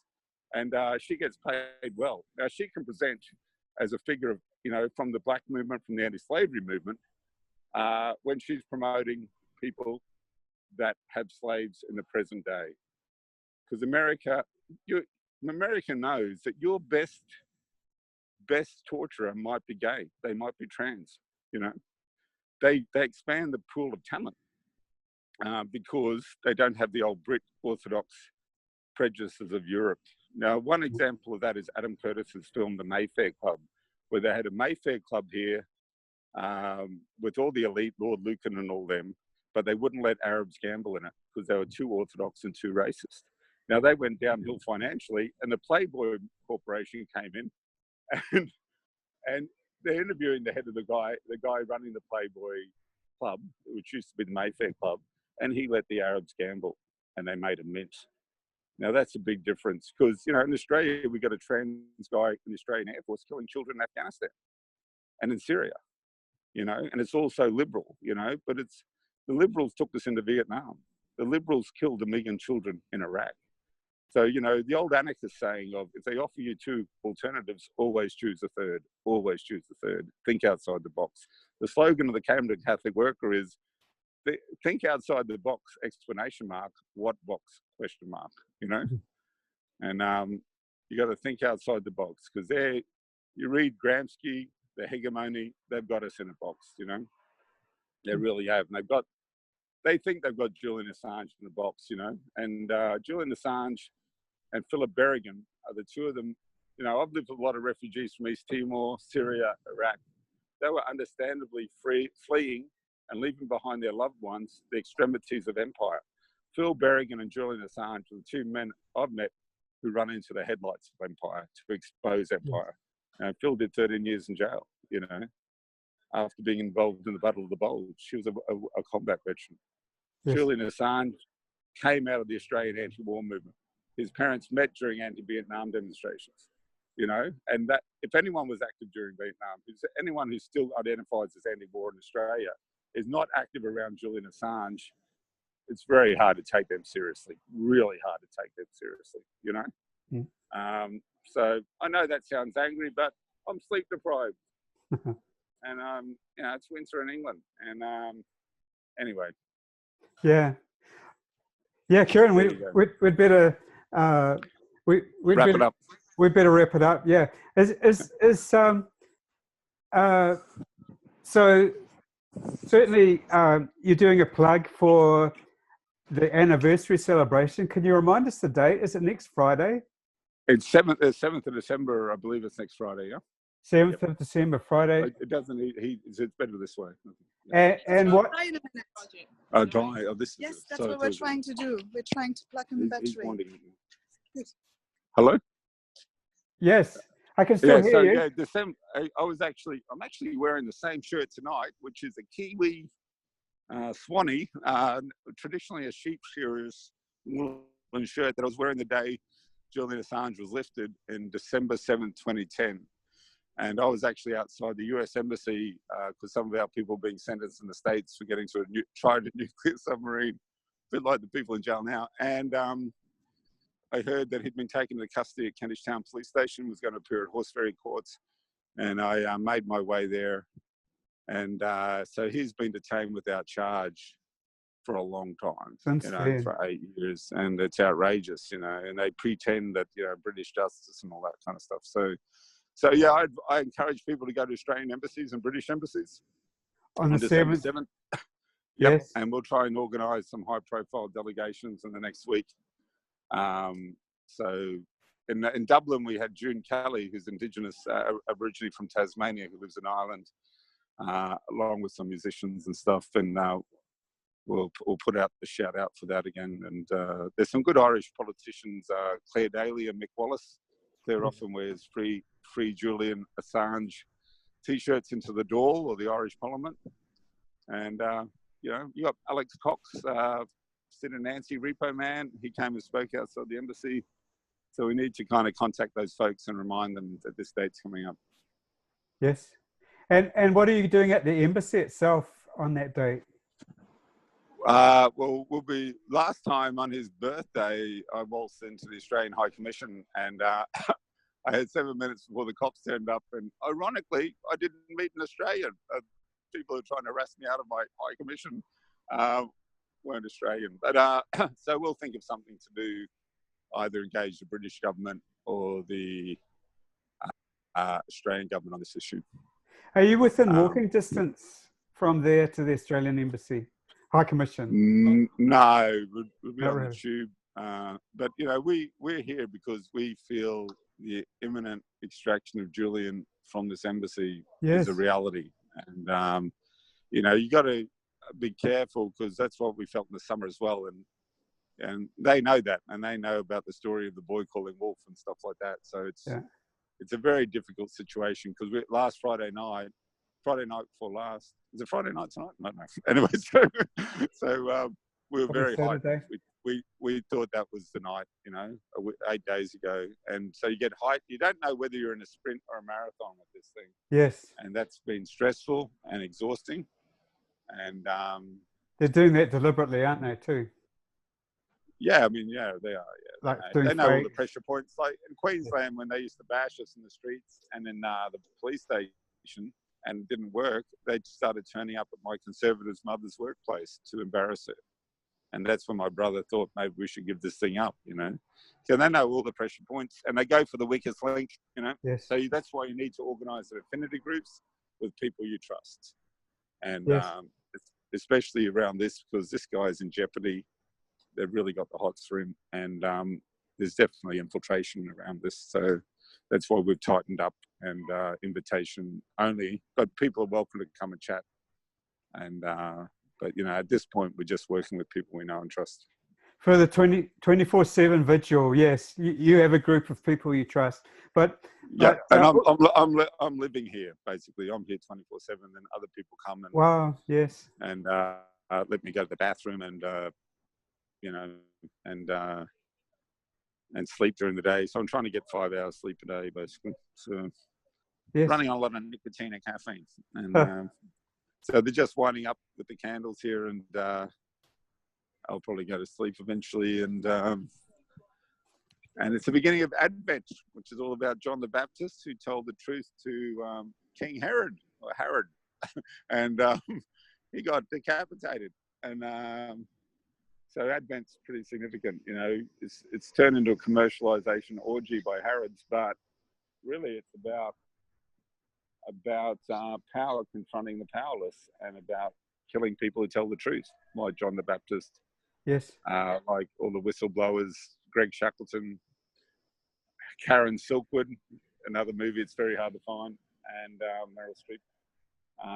So Julian is in the long line of the prophets in our sense, in our Judeo-Christian sense, is a prophet who speaks truth to power. Yes. Comforts the afflicted, afflicts the comfortable, and that's why they want him dead or locked up. He's very important in the world, isn't he?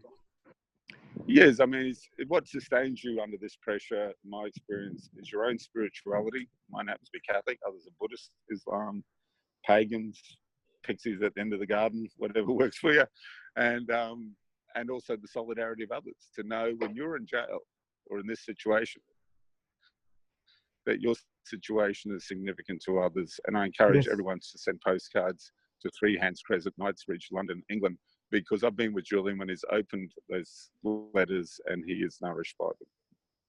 Yes. And it also tells the Ecuadorian government how much support he's got. And it should tell the Americans who are using Australia to encircle China that putting a popular Australian dissident in American jail might be pretty counterproductive to their ambitions. Yes. Yes. Okay. Yeah, that's wonderful. So we'll wrap up there. I encourage people to follow you on Twitter. I'll just do a quick screen share of your Twitter account, Karen. Thanks very much. I mean, you've got gifts. I've got gifts, and I don't understand this technology at all, and I'm just basically good at standing in the street talking to strangers, and we just need to play to our strengths, play to our gifts, you know. Yes. So thank you so much, Karen, for giving us all of this update. Really appreciate it. In Irish, to say goodbye in Irish is slán, and that's where the Americans get the phrase "so long." It comes from slán. So slán to you, and Shakti Allah, our time will come where Julian is free. God bless. Well, now I'll say everyone say goodbye. Goodbye from Phil. Good evening. Thank you so much. Yeah, goodbye. Bye-bye. Yeah, thanks to everyone for coming along. Bye-bye from Joe. Bye, Bruce. Bye-bye. Sabine, say goodbye. Yeah, yep. Yeah, I didn't need to say anything. Well, in your own language, say German, Essex. Auf Wiedersehen. Auf Wiedersehen. USD. USD. See you later, geese. Copy later. Those Essex people are very bawdy. Okay, how do we stop it? Are we offline? No, not yet. All right, are we offline? I think we'll go offline now. We can't do better than that. That's a wonderful ending. Can you hold? Thank you, Bibi, for setting this up as well. We really appreciate it. You're very welcome.